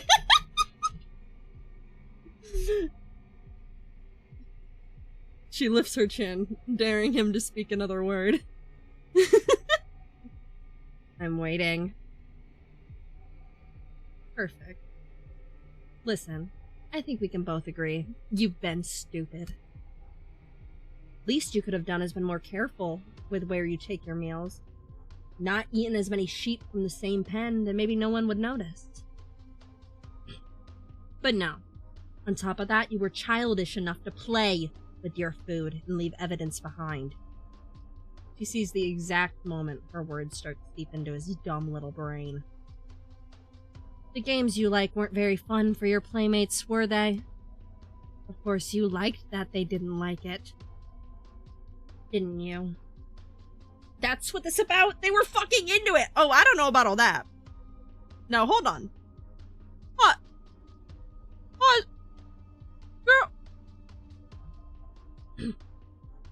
And you talk like I've been touching them. I haven't.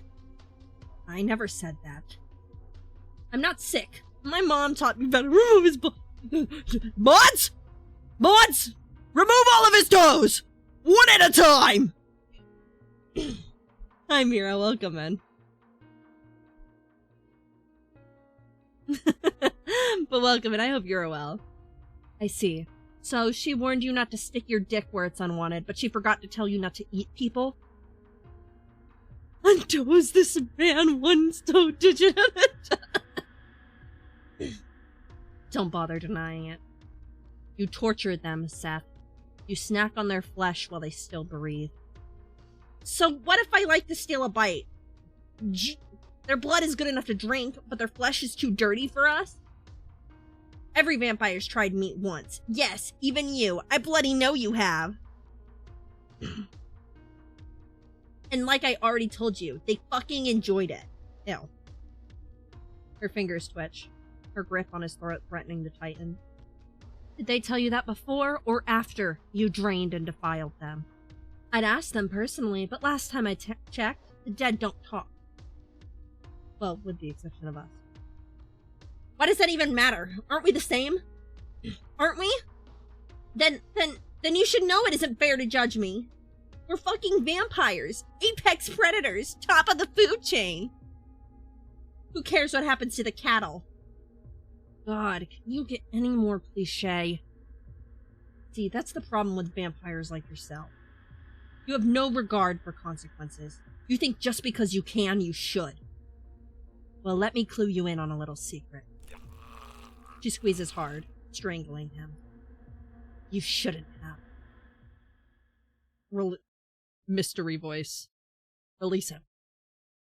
You've got to be kidding me. Release him. I will not repeat myself.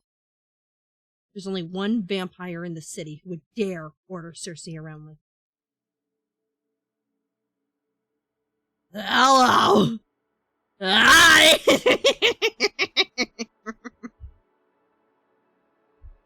Hello! Suddenly I'm bricked. So Abraxas is what first attracted to me this game, because he was the first sprite I ever saw, and as a lover of stoic, mean, tall, pale, vampire baddies, dude, I was over from the minute I started. The meat off his bone. Abraxas. This is your final warning, Miss Cersei. I strongly recommend you heed it.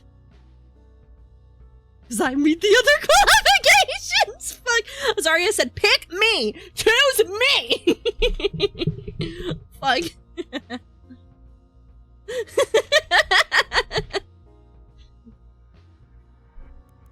I heard you the first time, Abraxas. But I'm not one of your lapdogs. You should ask nicely if you want me to do something for you. As if playing nice with you has ever done anyone any good. How would you know? You've never tried. You're trying to distract me, but your efforts are in vain. Tonight, I have even less patience for your antics than usual. Guys! I'm like, I'm a rabid dog! Let me out! Let me out! Sorry, I'm gonna act up this entire stream, and I need everybody to be okay with that. I'm gonna act up. I know this is our first time seeing him. I know this is a lot of you guys' first impressions of me. I need you to understand that I'm a very normal, sentient, sane human being, who is about to act up. I did warn everybody I was gonna be down atrocious. Death is under the protection of the Supernatural Secrecy Force. That's a dumb fucking name. If you harm as much as a hair on his head, you will be in defiance of North Haven's supernatural law. Like, it's fun. Okay, thank you. Okay, the SSF. Privately owned counterterrorism and intelligence agency that's secretly operating under political and financial support from multiple governments and private individuals.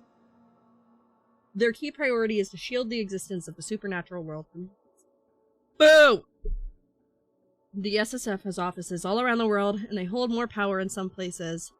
Oh my god, thank you so much for the follow, Nova. I'm sorry, my alerts are picky and choosing about when they work because Stream Elements is having, like, a nightmare. But thank you so much for the follow, Nova. Welcome in. But the higher-ups are almost exclusively human. Though the SFF claims to declare... The SFF? The SSF or the SFF? Now I'm confused. Claim to care for the best interest of humans and non-humans alike. The regulations often put supernaturals at a disadvantage. The supernaturals who have decided to sign up to work for the SSF are at best distrusted by other supernaturals, and at worst they are completely ostracized. Okay, cool. So you're a fucking loser.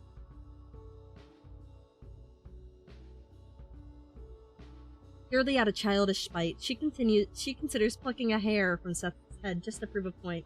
It'll grow back in seconds, after all. God, she's such a brat! I love her! I love her, she's so me! Because I, too— Oh, you want not a hair? Like this? Like, I get it! I get it! I understand you! Release him. Let me handle him. It's not as if this would be my first crime. I've broken at least 2 laws tonight. This is a serious matter. Me. How serious? I cannot say much. Just know that Seth is our only witness to an important investigation. I am? He is. In her surprise, Cersei drops Seth on his behind. Seth scrambles to his feet, running to hide behind Abraxas's imposing frame. I want to be on Abraxas's imposing frame. And I'm so... But no, welcome in. No, I hope you like what you see. I cannot be held accountable for any of the things I'm going to say. It's hard to tell, but beneath that thick jacket, Abraxas is hiding almost 6 feet and 5 inches of lean muscle. I licked my lips. Audibly. I physically licked my lips. If only he'd used all that muscles for something productive, like throwing me around the bedroom. Sorry. Normally, no self-respecting vampire would run to an SSF agent for help. But Seth fuck, I can't speak. But Seth either doesn't know that, or, yeah, no. He definitely has no respect for himself. Follow me. One of my agents is waiting for us around the corner. Hey, where do you think you're going? I'm not done with you. Abraxas answers without pause. I am. I'm not. I fail to see how that's my problem. Abraxas couldn't look more bored if he tried. It's infuriating how he always carries himself with this perfect poise, even as his shoulders hang heavy with the guilt he thinks no one can see. Thank you for not putting up too much of a fight this time, Miss Cersei. I appreciate it when you are willing to collaborate. Unlike the rest of his good-for-nothing squad, Abraxas has never, not even once, flinched in the face of her wrath. But there's always a time for firsts. Collaborate? You want me to show you how I collaborate?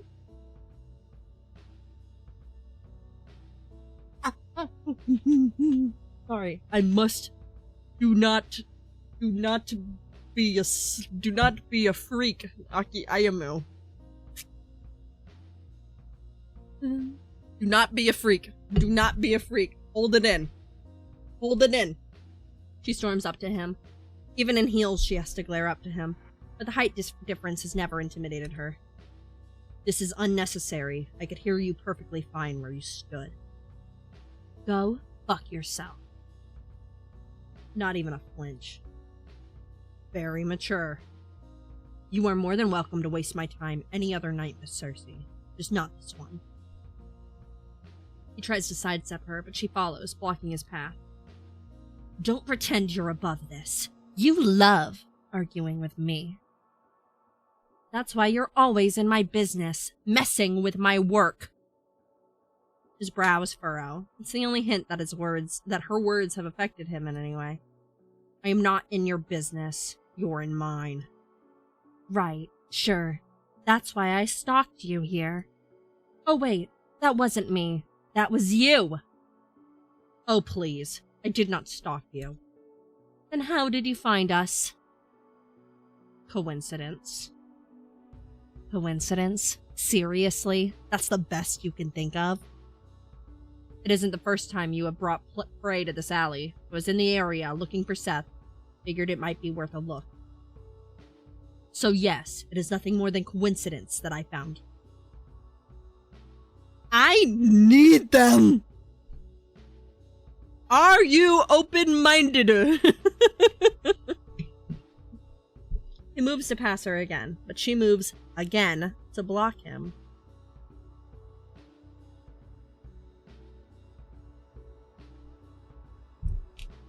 Do you even know who you're protecting here? Do you know what this bastard does to his victims? He doesn't just drain them, he tortures them. He deserves worse than death. You're wanting to talk? You tried to kill me! Put your number in my iPhone 15 Pro Max! Fuck. Seth pushes out his chest, mimicking Abraxas' stance as best he can. You saw what she did. You saw everything, right, Captain? Ew! Quiet. But Seth only gets louder. You did! You saw how this she-devil threatened me. That's attempted murder. What are you waiting for? Do your job and arrest her. Cersei doesn't rise to her own defense. There's no need, because she sees Abraxas' response coming from a mile off. On what grounds? What? I just told you, she tried to murder me! Oh, did I go back? Yes. That isn't something the SSF is concerned with. We cannot get involved every time there's a minor squabble between two supernaturals. But... Shut it. Guys, I'm not okay. I'm not okay. They trade a peeved glance at the unintentional coordination. After a stony stare, Abraxas is the first to break the tense silence. You have no authority here, Miss Cersei. Now go your way, and I'll go mine. The palm of his cold hand ghosts along the small of her back, gently pushing her aside, and then he grabs Seth by the elbow to drag him out of the mouth of the alley. They are so hate fucking, dude. It's so happening. Cersei follows right at their heels. What happens to him after you get what you need? We'll follow protocol and release him. But he's a criminal. Because he's predictable like that. Abraxas just offers her the usual spiel. The SSF is a counter-terrorism and intelligence agency. We investigate and neutralize supernatural threats for the greater good of society. We have neither the time nor a reason to chase down all the addicts, muggers, and vandals who haunt these streets. But, and even if I wanted to do something, we have no case against him. I cannot abuse the law by detaining him without proof of a crime. My word is your proof. Have I ever lied to you before? Many times. But I'm not lying this time. Abraxas pauses, turning to look at her. She meets his assessing stare with confidence. If you have proof that this vampire has violated supernatural law, you gather your evidence and report it to the Supernatural Crime Division. I'll put in a word with the inspector or whoever's on shift to make sure it's looked into as soon as possible. And if he is indeed guilty of the claims you make, I'll personally ensure that he gets what he deserves. Now will you please step aside and let me do my job? She steps back, hiding her fangs between tightly pressed lips. Fine. She's not gonna report shit. By the time they get through the backlog to his file, Seth will have already fled the city. She'll surrender him to the SSF custody for now. There's no other option, but as soon as he's out of their sight... Which one's with? We don't see Seth. Seth is a loser. Seth is a loser who we caught and almost killed because we have a client who wants him dead. And he also eats people, and that's bad.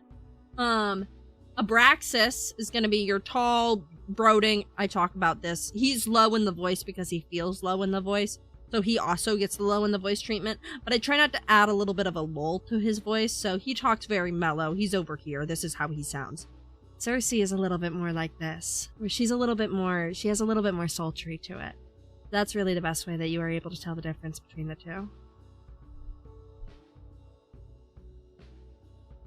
Seth snickers under his breath. Serves you right, you stupid cunt. 1 second, Seth taunting her. The next, he's curled up on the floor, clutching his broken nose as he cries out in pain. Ah, fuck! What was that for? It happened so fast, she almost missed the look of uncharacteristic rage in Abraxas' face. Guys! Ah! Mind your tongue in the presence of a lady. Clearing his throat, he actually has the audacity to look sheepish when his eyes meet Cersei's. We'll take a detour. The nose will heal before we reach the office. I hope your car crashes on the way. For a split second, she thinks she sees the ghost of a smile grace his lips. Be normal, Aki Ayamu. Be normal, Aki Ayamu. Be normal, Aki Ayamu. Great. Now I'm hallucinating. Good night to you too, Miss Cersei. He grabs the back of Seth's hoodie, effortlessly lifting him with one arm and carrying him out of the alley. She doesn't watch them leave. She's too pissed to spend another second here. Once she's certain she's still alone, she transforms. Oh, we could transform into a bat! And flies into the night. Guys, we could transform into a bat! Guys, we have a house! Cersei flies through an open window of her flat. Miss Cersei, Miss Cersei, Miss Cersei. She transforms just in time to land on her feet inside. Who the hell does he think he is?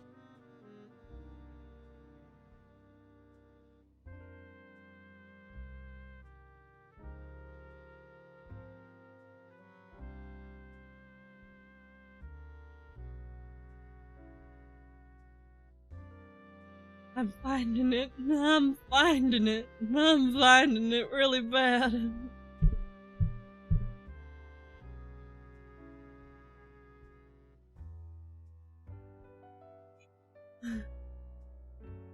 Hi, Kogani. I love women. Wow.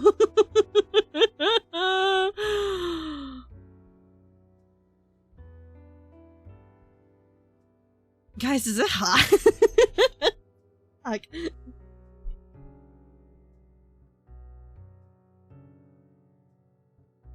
am I supposed to start howling?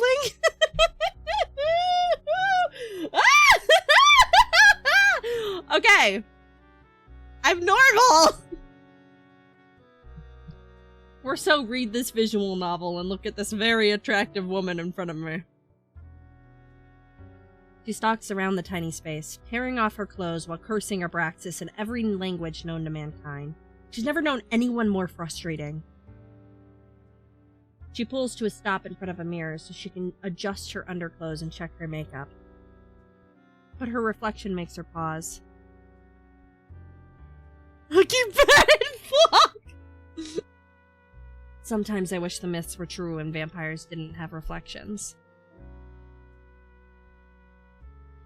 When she sees herself in the mirror, she can never resist picking her appearance apart. What do you have to pick apart, Queen? Like, your stunning face, your gorgeous figure, your beautiful hair, your incredible eyes, your wonderful personality. I can go on.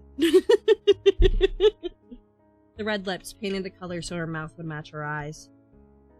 Black hair she frantically restyles with every change of season.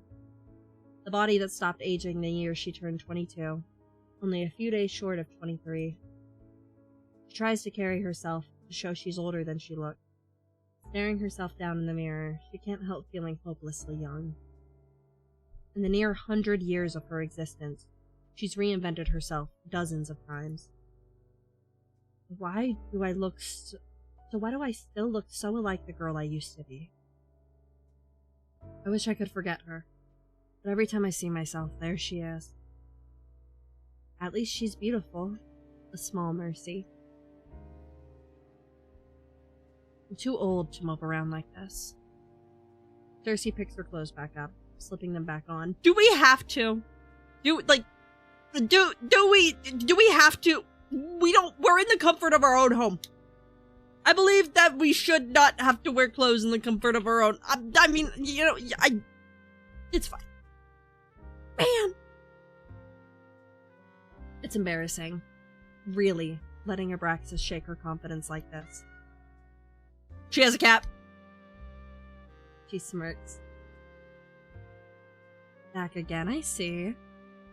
She quiets her step, sneaking around as she searches for the little intruder. Come out, wherever you are. She catches the culprit under a haphazardly discarded bra. Your neighbor's cat. I'm not doing the meows. You're not making me meow. How did you manage to escape your owner this time, Beeps at Ellie, luring her from her hiding spot. She's not sure the sounds actually make a difference. The cat just seems to really like her. Or why else would you sneak in here all the time, She picks the cat up, cradling her in her arms and pressing a kiss to her head. Poor Miss Harris must be worried sick about you. Wait here, I'll have Eddie take you home. I'll take that as a yes, ma'am. Good kitty. Downstairs, she finds Edgar hunched over a desk, nose buried in the mountains of paperwork.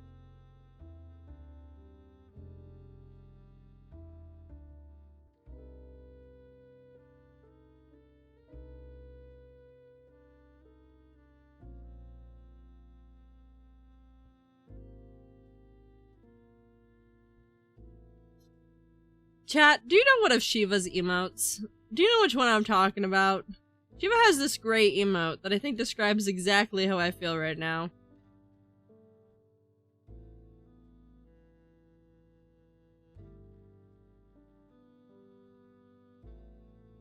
I'm about to break this little man. When Eddie's working, he might as well have been dead to the rest of the world. The only sign he's an actual living person and not an eerily realistic statue is when his head moves to scratch his 5 o'clock shadow. Sometimes it's all too easy to forget that Edgar isn't the same boy I met 20 years ago. Edgar is the only human companion she's ever had.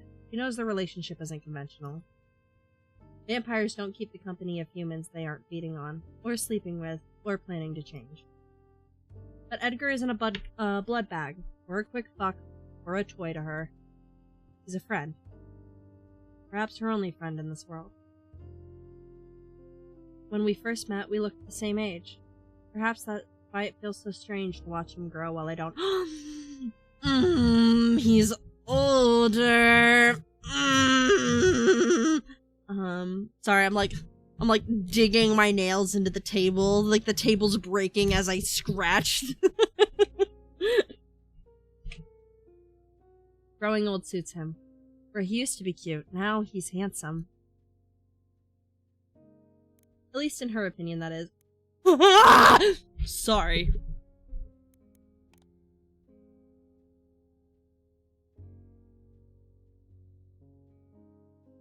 Do I let the princess out? Do I let the princess in me out? Do I be a slut?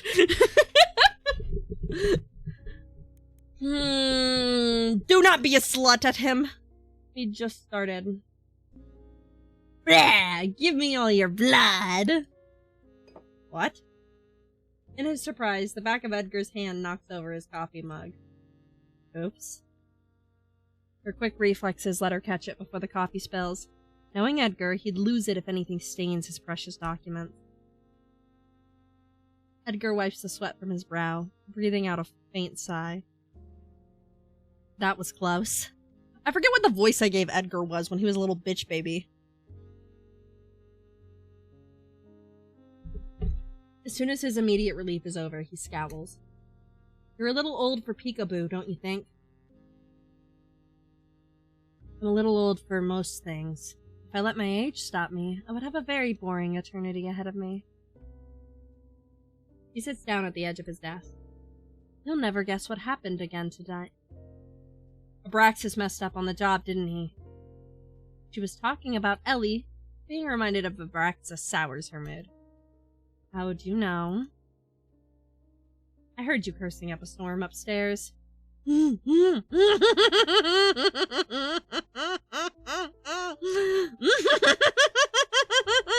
listening! Ah, right. Thin floors. Edgar doesn't ask for details, well aware that Cersei will supply them regardless. It never takes much for her to go off on another one of her rants about Abraxas and the supernatural secrecy force. They've been a thorn in the operation ever since the very start.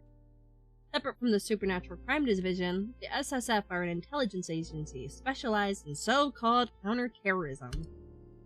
Bluntly speaking, they've been ordered to do whatever it takes to ensure that the existence of supernaturals remains a secret from the larger world. They spy and manipulate the narrative behind the scenes, only stepping forward when an incident grows big enough that it threatens exposure. On occasion, they will even directly eliminate assumed threat. The SFF higher-ups are... Fuck, now I'm saying SFF. Are all mortals, but they send supernaturals like Abraxas to do the dirty field work for them. Many would insist that the SSF are unnecessary evil, but everyone still thinks supernaturals who join up are sellouts. Innocent or guilt matters little to the SSF. Their job, quite literally, brush things under the rug, usually at the expense of non-humans. Cities that have experienced a rise in vampires don't let the SSF anywhere near them if they can help it. Fuck, I'm getting, like, stuck on SSF. That's a word that one's I'm getting tripped up on. But in places like North Haven, it's hard to get all of the different non-humans to agree on anything other than not wanting humans to discover us. I'm not surprised they intervened again, but I am surprised they haven't shut Thorn investigations down yet, giving our egregious list of violations. Oh, we run Thorn! Oh, very cute! I don't like Abraxas any more than you do, but I've gotta give it to him. His patience with you has been impressive. Careful. That almost sounded like a compliment. But Edgar's not wrong. Cersei should be a major liability in the the SSF books. Oh, dude. Oh my god. I can't speak. Hold on. I'll be right back.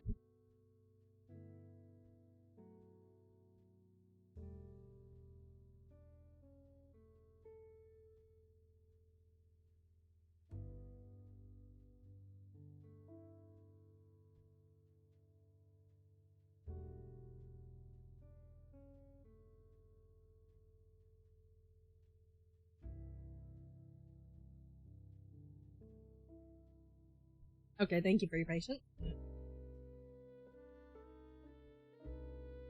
She's bent or outright broken the rules plenty of times, yet Abraxas doesn't report half the stuff she gets up to. So you're saying he's protecting us?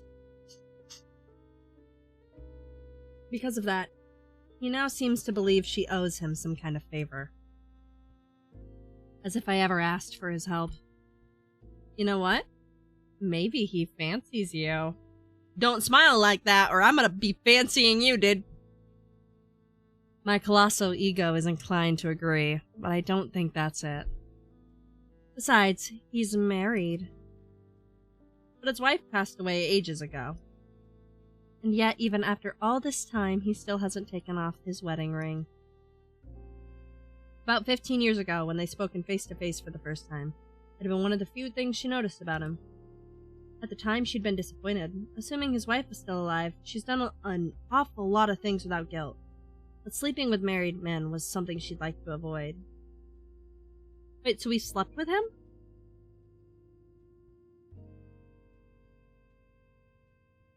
Oh, she was disappointed because she couldn't sleep with him, so she wants him. In hindsight, she recognizes she dodged a bullet, even if only barely. Been a long time. I suppose. Edgar scratches his nose bridge, giving away how nervous he is. It never fails to amuse her how easy he is to read. Well, it's quite sad, isn't it? He must have loved her very much. Must be painful, missing someone that long. I guess. Excuse me. I'm sorry. Cersei knows far too well what it feels like to mourn someone you'll never hold again. Doesn't mean you have to... It doesn't have to... Oh my god! It doesn't mean... Alright, pack it up, I'm going home. It doesn't have to mean that you loved them. But Edgar wouldn't be thinking about her experience in this moment. He must be thinking about his sister. On to more fun matters. Remember what day it is? With everything going on tonight, she had nearly forgotten, so she can't say she blames him when Edgar pulls a face that he definitely doesn't remember. Of course I remember. It's February 19th? 21? First of all, it's March. Really? Never really tell when it's raining all year round anyway. Oh fine, I'll tell you. It's our anniversary. Our what? It's been 20 years since the night we first met. Oh. Is that something to celebrate?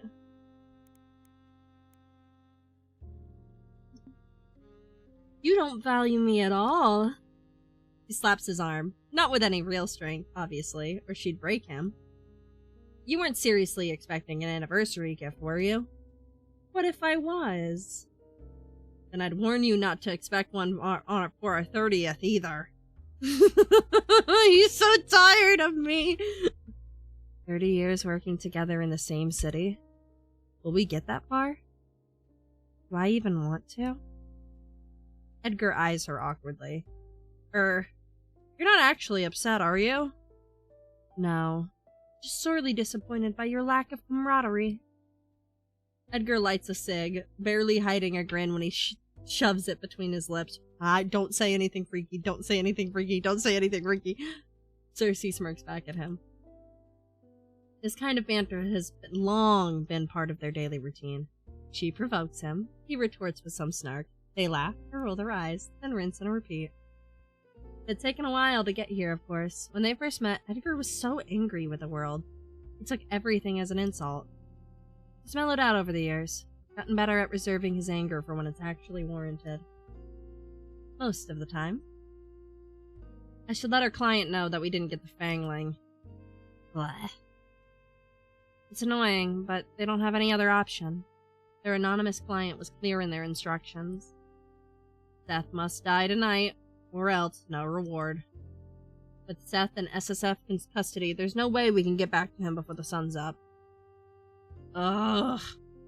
I just realized. We'll have to return the deposit, won't we? It's the right thing to do. Can we afford to do that? Per your request, we've taken a few fewer jobs as of late, so we're stretched even thinner than usual. If we want to feel more secure about keeping the lights on, you could take a few more cases. Or spend less on clothes. Why would I do either of those things when you're always working so hard to make sure we're a month ahead on rent? I've only got so much hair, Cersei. And I've only got so much dresses. Edgar heaves a sigh. Thought you might say that. I'll just take it out of my own pay then. She nods, pleased with his quick thinking. Anyways, I can all wait till tomorrow. Let's go to the Golden Cat and celebrate our 20th. Oh, we're gonna go to a pub together. You don't need to use our anniversary as an excuse. We go there every night. But tonight will be special. Drinks on me. Well, technically, it's our rapidly depleting business funds that we'll be paying, but the sentiment stands. You sure know how to spoil a bat. So that's a yes? Yes, yes. Alright, let me fetch my coat. I feel like I'm forgetting something important. Who the fuck is knocking at my door? They share a knowing look. I only know one person who knocks like that. You take it. But I always answer the door. Only because you're so good at it. Edgar puts out a cig and walks it over to the door, opening it to reveal. Edgar! Cersei! Thank goodness you're still here! Miss Harris, their next-door neighbor, rushes inside. She's a kind old woman who thankfully never complains about the suspicious people going in and out of Thorne investigations at all hours. It helps that her eyesight isn't what it used to be. Same goes for her hearing, actually. Oh, I'm so sorry to bother you. I know how busy you are doing your detective work and saving the day and all that, but I can't find my baby anywhere. Her baby being her cat, Ellie. I feel awful bringing it to you at this hour, but would you mind having a look for her? I couldn't sleep knowing she's somewhere out there, cold and alone and lost. Shivering to death, my poor baby! Her wailing's loud enough to wake the entire building. Edgar starts to sweat. Edgar doesn't look like he's in the mood to go on a cat hunt. Luckily for him, they won't have to. Good news, we've already found her. Her bawling immediately stops. You did? Yes, she's upstairs. She is? I love this random old woman. Edgar guides Miss Harris to the sofa. He sinks into it with relief. Oh, how lucky I am to know the city's finest detectives as my neighbors. It's not that hard to find someone who's hiding in your own home. Cersei retrieves Ellie from upstairs, hesitantly returning her to her owner. Edgar watches the exchange with amusement. He's been nagging her for ages that she should just stroll down to the shelter and pick up a cat for her own. Look at this fucking face! Look at this fucking face! Dude! I'm gonna... Sadly, I lack the confidence to keep something living alive. Oh, thank you, thank you, thank you! Miss Harris hugs the cat to her chest. Ellie lets out a not-so-pleased, I'm not saying it. You've saved my baby again. How can I ever repay you two? It's nothing. We're glad to help you anytime, free of charge. Nonsense! I'll bake you biscuits and I'll bring them over tomorrow. Knowing she wouldn't be able to eat them, and no good could come from having Miss Harris lurking around unnecessarily, Cersei tries to tell her, there's really no need. We'd love that. Thank you so much. Seriously? Edgar looks offended. I'm always serious about dessert. Very good, Mr. Thorne. It's important for growing boys to eat plenty. Good joke. The only thing Edgar's growing is a pitiful beard. Edgar rubs his jaw. And for that you need plenty of calories. Sure, sure. Cersei gently gets Miss Harris up out of her chair and guides her to the door. Whole way there, Miss Harris rambles about what she's gonna bake tomorrow. Cersei almost has to shove her out of the door. When it's finally shut behind her, Cersei turns to glare at Edgar. What? It would be foolish of me to turn away free food. Anyway, with Miss Harris gone, there's only one thing left to do. Drinks. Drinks. Cute. Hold on. Hey. I believe in safe sluts.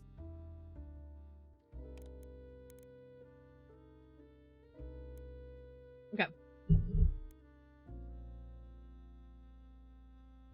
The Golden Cat is almost at the polar opposite of Elysium. All supernaturals and even a few humans who are in the know come here. As long as you keep your fangs, claws, wands, and whatever you've got to yourself, you're welcome to pop in for a drink. Entering the pub, Cersei's eyes immediately hone in on one guest in particular. Oh look, it's your little friend. Hello! Who is this? Hold on, you guys can't see this. Hold on.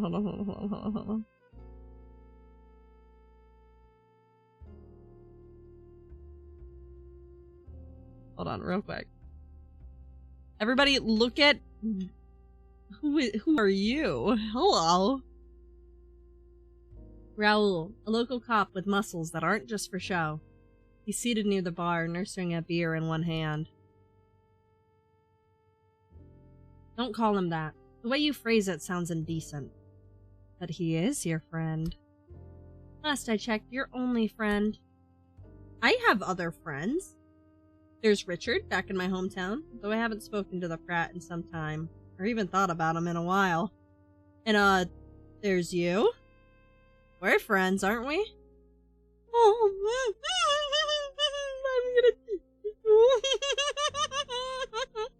I'm gonna... Oh, of course. Embarrassed by how much his words mean to her, Cersei's quick to change the subject. Thankfully, Edgar doesn't seem to mind, looking a little more flustered himself. Look at him. By the way, Raoul's, like, gay, right?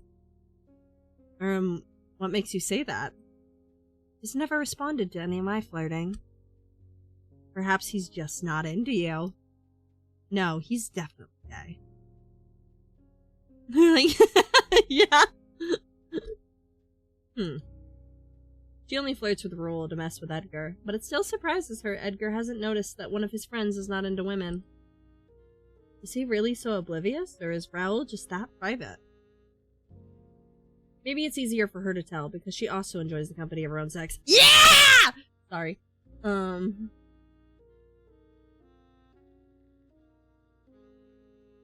Wait. You've been flirting with him? That's what he was mulling over. They walk up to Raoul. Edgar greets him first. Evening, Raoul. Did you get off work early tonight? Edgar and Raoul have an interesting friendship, if you can call it that. They meet up every few weeks, but it's never a planned thing. They just sit next to each other and chat over a few drinks, bonding over being humans in a world of supernaturals or whatever. Oh, hello, Edgar. Unfortunately, I'm technically still on the clock. Good to see you as well, Cersei. Have you been well? He wants nothing to do with me. Raoul nods to Cersei, acknowledging her too. He's smiling, but she can't tell if it's out of politeness or if he's genuinely happy to see them. Sure. What about you? Are you here on official business? Anything we should look out for? Well, takes a look around. Where's your pup, by the way? Rare to see you without him. Barely a moment after he's mentioned, Cersei watches Dante, Raoul's police partner, step inside the bar. Oh yeah.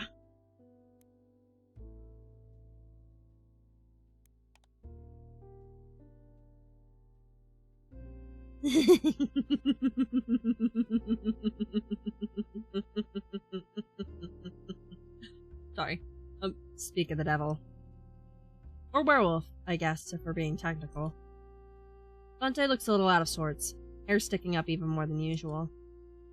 He notices them immediately, but doesn't spare them much of a grunt of acknowledgement. Rubbing his arm, he instead stops at the other side of the bar to order a beer. I've always thought of him as a loose cannon, waiting to burst, but he looks especially on edge tonight. Something's rattled him. Then again, Dante's never behaved the way you would expect an officer to. Perhaps that's why I mind him less. Is he avoiding us? I think he can hear you. Yes, that was the point. He raises her voice. Perfect timing, Dante. We were just talking about you. What? No, we weren't. You do realize that when you say it like that, you only sound more suspicious. Cersei! Raoul rests his chin on his palm, watching the scene with a little too much amusement for her liking. For some reason, Dante seriously freaks Edgar out. Now, this shouldn't be so surprising, because Edgar's been really easily scared as long as Cersei's known him. However, he's especially intimidated by Dante. Do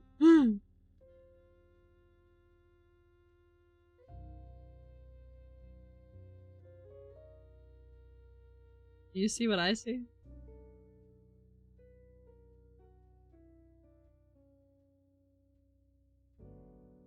You look so beautiful.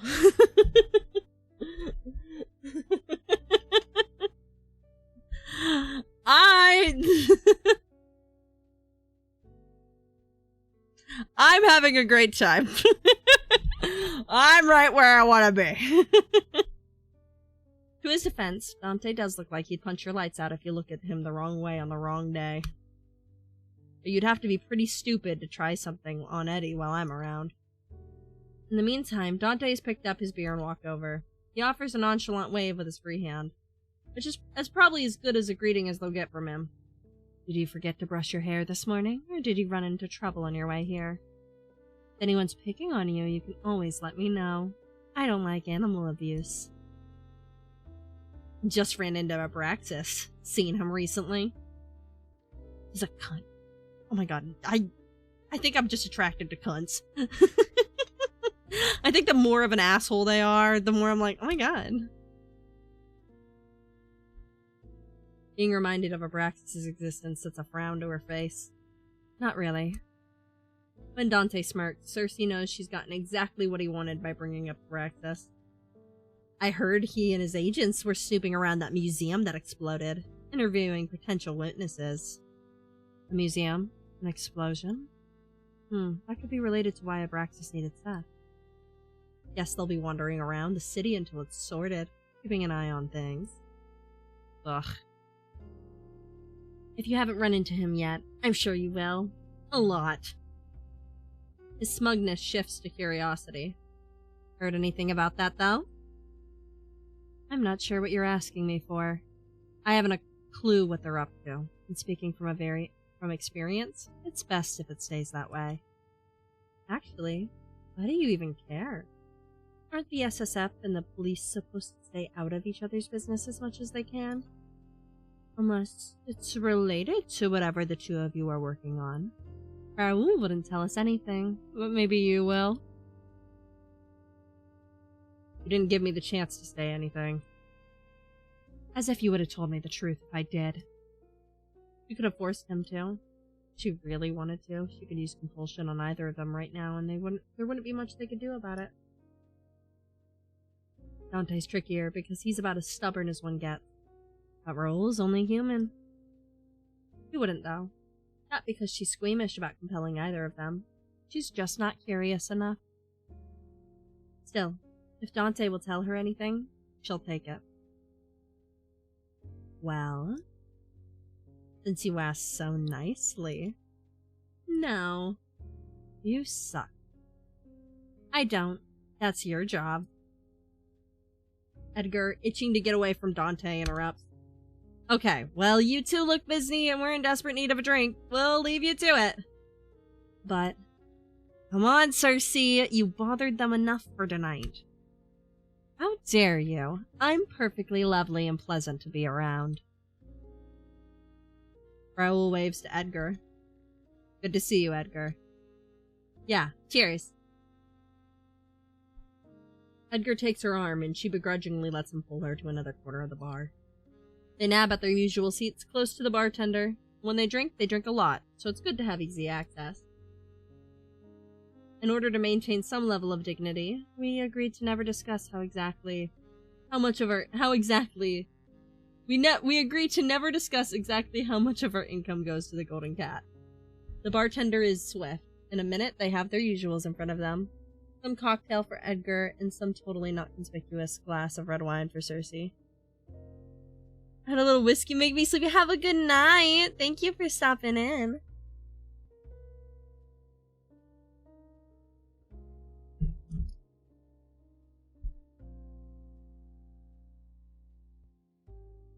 So when are we going to address the elephant in the room? Edgar sips his cocktail, raising a single brow at Cersei's question. I'm talking about your addiction to sugar. Should be criminal to even call that a drink. 1% alcohol and 109% sugar. Not quite sure those numbers add up. Besides, what right do you have to judge anyone's choice of drink when you order the same thing every night? Why waste money on alcohol when it just spoils the taste of what I really want? I thought alcohol enhanced the taste of blood. Actually, I can't believe I've never asked you that before. She knows exactly why he hasn't asked. With each year that passes, Edgar grows more determined to avoid acknowledging what she really is. Depends on the vamp, but nothing will ever beat drinking it fresh from the tap. And have you started doing that again? She doesn't miss the regret in his eyes before he averts them. Still, she can't help the irritation she feels at what he's insinuating. Not since I ended things with Lazarus, you know that. Right. Do you think that's a lie? I didn't say that. Even if I were doing it, I'm not like that Fangling I met tonight. I have self-control. I'm fully capable of making my own decisions. I don't drink from people who don't want me to, and I certainly don't drain people. You can stop looking at me like I bit your pasty ass. Edgar's face falls into his hands, but his trembling shoulders do little to conceal his laughter. It's not funny. I'm annoyed with you. I know, I'm sorry. Sorry I'm annoyed? Sorry you said it in the first place. Bo? She's grinning now, too. Then why the laughter? Why'd you have to call me pasty? You know I've been trying really hard to build a tan. You should give up on that. You're only adding to that constellation of freckles on your face. I thought you liked my freckles. I said that? Well, I must have been lying, since apparently I'm lying about everything these days. He grimaces. Seems like he thought she was gonna let that one get swept under the rug. I'm sorry, Cersei. I didn't mean to accuse you. I know you're not like that. I know you wouldn't. It's just hard to forget the shit I seen. The things I know you're capable of if you weren't held back by your own morals. It always comes back to this, huh? Edgar only likes the Cersei who can stand up against her own kind and looks out for the weak. Not the Cersei who lures strangers into her bed and sucks their blood. I do not know how to tell him that I am both. So I don't. Nothing's holding me back. You make me sound like I'm forced to do this, but I chose to. It's not an easy choice. Hold on. My chair is uncomfortable. I'm going to grab a pillow.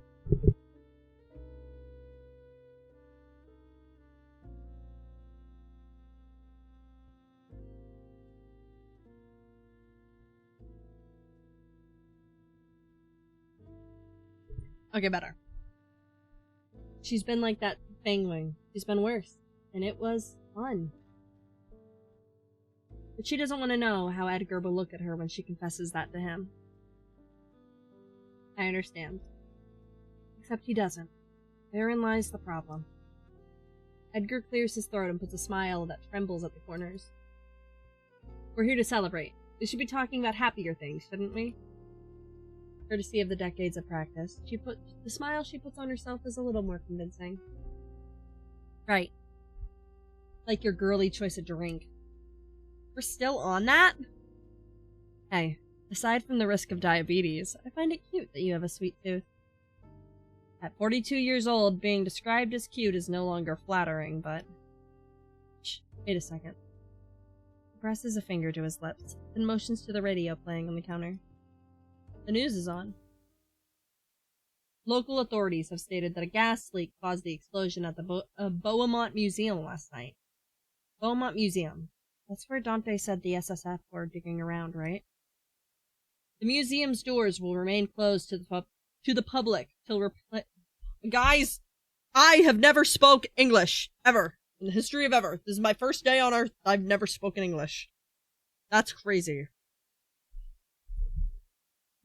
The museum doors will remain closed to the public till repairs, oh my god, on the private wing are complete.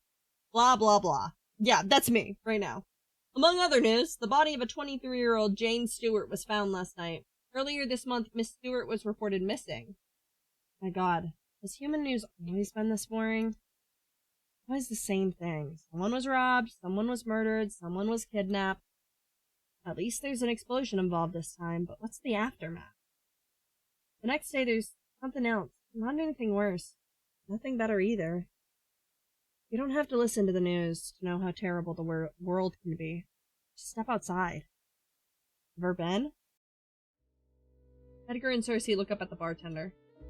What, to the Beaumont Museum? Owned by one of the greatest wizards of our time. There's fucking wizards, dude.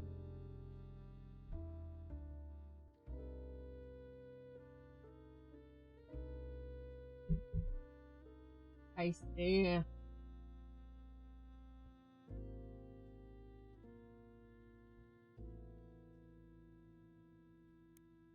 Oh. Renaud Beaumont. Oh my god. One of the greatest wizards of all time, supposedly. No one's actually seen him in decades. Rumor says he left all of his research and businesses in the hands of his successor, Simone, before disappearing to live out the rest of his life. You see. Never heard of him. What makes him so great? Many things. For starters, Cersei doesn't bother to listen, focusing on twirling her drink around in her glass. Edgar nods along, genuinely interested for whatever reason. Anyways, he has to be ancient now. He's retired from the public eye decades ago. If he's even still alive, It wouldn't surprise me if he didn't know what's happened to this family museum. I want you to tuck me in. Okay, have a good night, Miss Rose. Let me hydrate.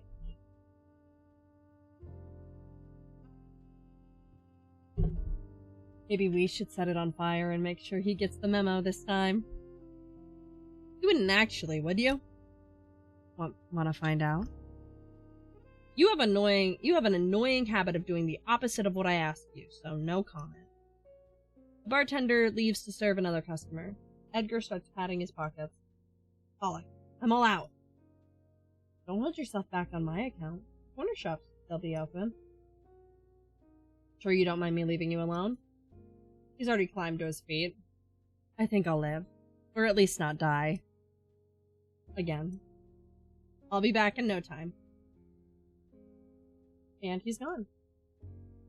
Sugar, coffee, cigs. Humans sure have a lot of stupid vices. She stares down at her drink. Not that mine are any better. She sips slowly, letting her eyes roam the room. Not sure where the compulsion comes from. Not as if she'll discover anything new. It's always the same old faces. No, wait. She is definitely new.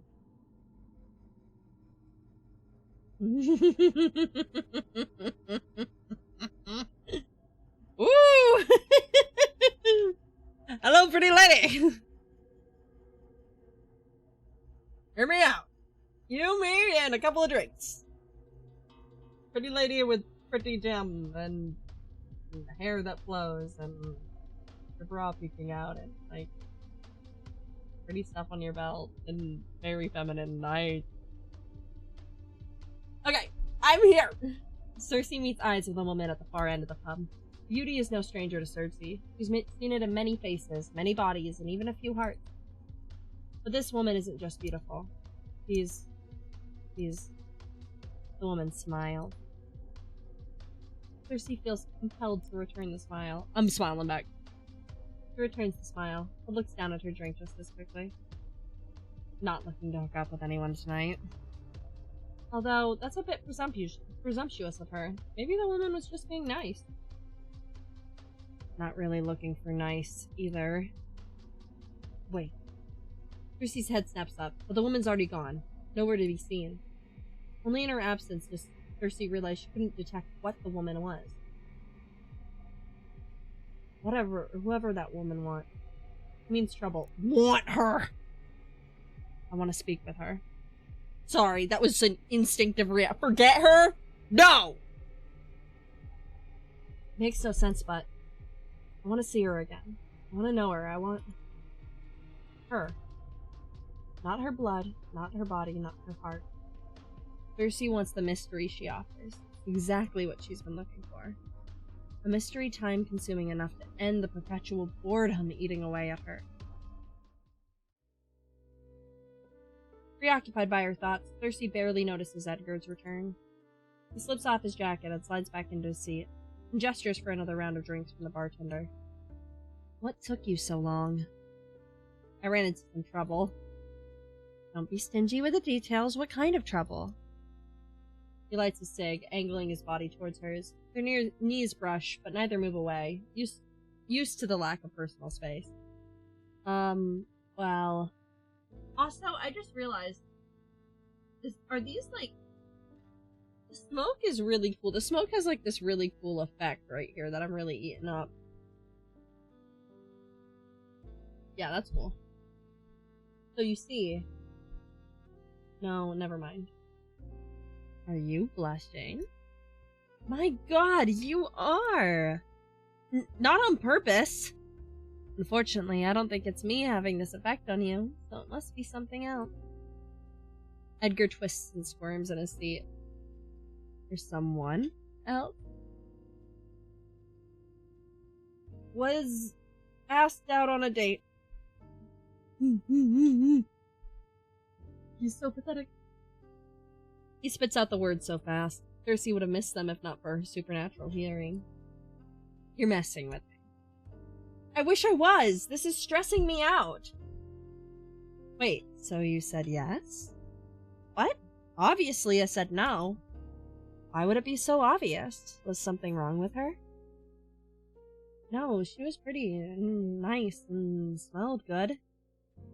Too many details now. Sorry, I just thought she had nice perfume. You'd like it, actually. You're only making it weirder. I said no because it would never have worked. She's human. As are you? But I don't live like one. Excuses, excuses. Think about it for a second. I run a supernatural detective agency. How do I explain that to someone outside of the business? Not to mention how I'm up all night, asleep most of the day. No sane, normal person would want to be with someone like me. Oh, come on. What if she doesn't fit into your normal schedule? Make time when you're in love. Love? God, I definitely don't have the time for that. Not when there's clients to be managed and bills to be paid and you don't have time to work all the time. Or you don't have to work all the time, Eddie. You could take off one night to get of drinking to get laid. Shh, what if someone hears you? Oh, come on. You're a grown man. You still can't possibly be embarrassed by the word sex. I'm not, but we're in public. Sex. Jesus Christ. Breeding, mating, copulating, fornicating, is that... And what is it you Brits say? Shagging. Cersei's cackling like a mad woman while Edgar hisses under his breath. Cersei, I am begging you to stop. Edgar looks like he's really about to explode from the embarrassment, anxiously glancing around to make sure no one's heard her. Cersei does not have the heart to remind them they're at a bar for supernaturals. Almost everyone's guaranteed to have overheard. Anyways, wouldn't it be nice to be with someone, even if it's only for the night?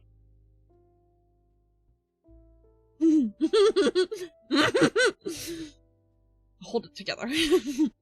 I'm finding it.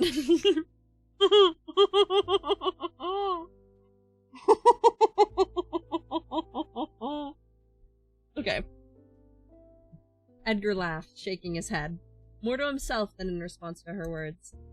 Somehow I prefer to be here. Aw, with me? I wouldn't necessarily consider your presence to be an advantage. But yes, I prefer to be here with you.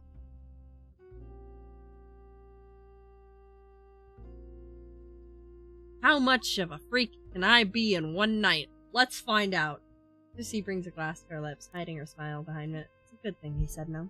It's selfish, but Cersei's pleased he rejected the stranger. I'd be jealous if he suddenly had less time for us. The relationship isn't romantic, so it's not like he'd be cheating on her. She likes their routine. It's the only stable one she's ever had, and she doesn't want that to change. Besides, he's got a point. It's not like he could still work with her and lead a normal life. That's just not how it works. Of course, there are people like Raoul and Dante's superior, Orion, who have human families and try to live as normal as possible. But Orion's an anomaly. With time, vampires like him learn the hard way that rejecting your nature never works in the long run. Edgar's different. He could pack his bags, move cities, and go back to a normal life whenever he wants. As long as he remains here, though, he'll never be able to pull the wool back over his eyes. Edgar taps out his cig in the nearest ashtray. Enough about that. Did I miss anything around here? Nope. For some reason, it doesn't feel right to mention the mysterious woman. Maybe because she knows how Edgar worries and she doesn't want to see him start. The bartender slides their new drinks towards them. They clink glasses. 20 years in this hellish profession. And 20 more. Wonderful. Okay, before we continue, I'm actually going to save here. Oh, this is gonna be where we end for the night. Which means I'm gonna have to play more of the demo! Oh no! I'm gonna have to do this again! Oh no! Hold on.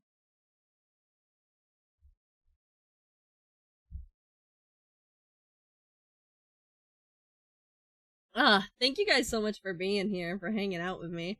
What if I would have fucking liked this game? Oh my god, let me turn my volume back down again. Okay, what do we fucking like this game? This game is really good. I'm actually getting pretty invested in it. I'm curious kind of how intense my decisions affect the story. Like, because I don't know if by saying yes to everyone, I am leading myself down a wrong path, because like I said, I don't really play visual novels like that.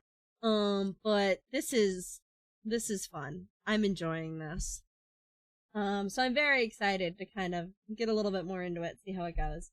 I thank you guys all for being here today. For those of you guys who don't know my schedule, because I haven't talked about my schedule this stream, we're gonna be doing a couple things. So number one, we will be getting into tomorrow. Shiva and I are gonna play Gone Fishing, which is a fishing mini game with absolutely no horror in it whatsoever, because I'm choosing to believe there is no horror in it at all. And then Friday, we are gonna actually do Cult of the Lamb, and Cult of the Lamb is gonna work, because I said so. And then Saturday will be a return to form. We will silk song into DBD, the way the good Lord intended. So that'll be what we do Saturday. Thank you guys so much for joining me on this return to VNs. You guys will actually, fun fact, be seeing a lot more visual novels coming up. Because there's another visual novel I have picked out that I really want to read when I get through this one. But we will definitely be playing more of this one, because I wanna kind of experience all that this demo has to offer. Especially because I hear that I'm not getting, because the full is nowhere near. So this is all I have. I need to have it. This is all I have. But yeah, so you do not be surprised if you see more Burn the Midnight Oil, because I'm very excited. And then Saturday we'll do, as I mentioned, we'll do Silk Song, and Dead by Daylight, and that'll be our token DVD stream for the day, because I always need to get my DVD stream done for the day. That's like a legal requirement. But yeah, so thank you guys all so much for being here, for having a fun time, for being cool. I think that we are going to go ahead and work on getting rated out. I think that Zen is currently streaming and drawing me, actually. They're doing an art challenge, so she is working on a piece for me. So we're gonna head over there so we can get some of the chill vibes. So hold on. And I will be able to talk to you guys all tomorrow. So let me go ahead and get your raid message up too. Oh, thank you, Atlas. Thank you both. Everybody is okay.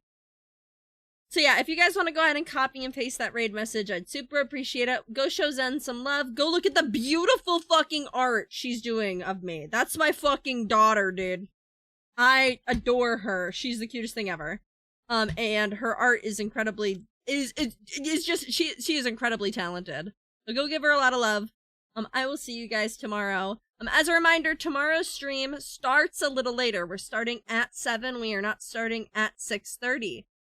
So be there at 7.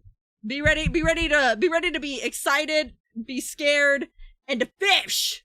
Okay? I gotta get like one of my like nice big hats. Like a little fisher hat, you know what I mean? Maybe I'm so here. Well, I gotta be scared and a bitch? Yeah, I know. You gotta be them both. I'm so sorry. Okay. So on this, you said you're gonna be hatted up tomorrow. Don't you fucking worry, dude. Okay, I will see you guys tomorrow. Good night.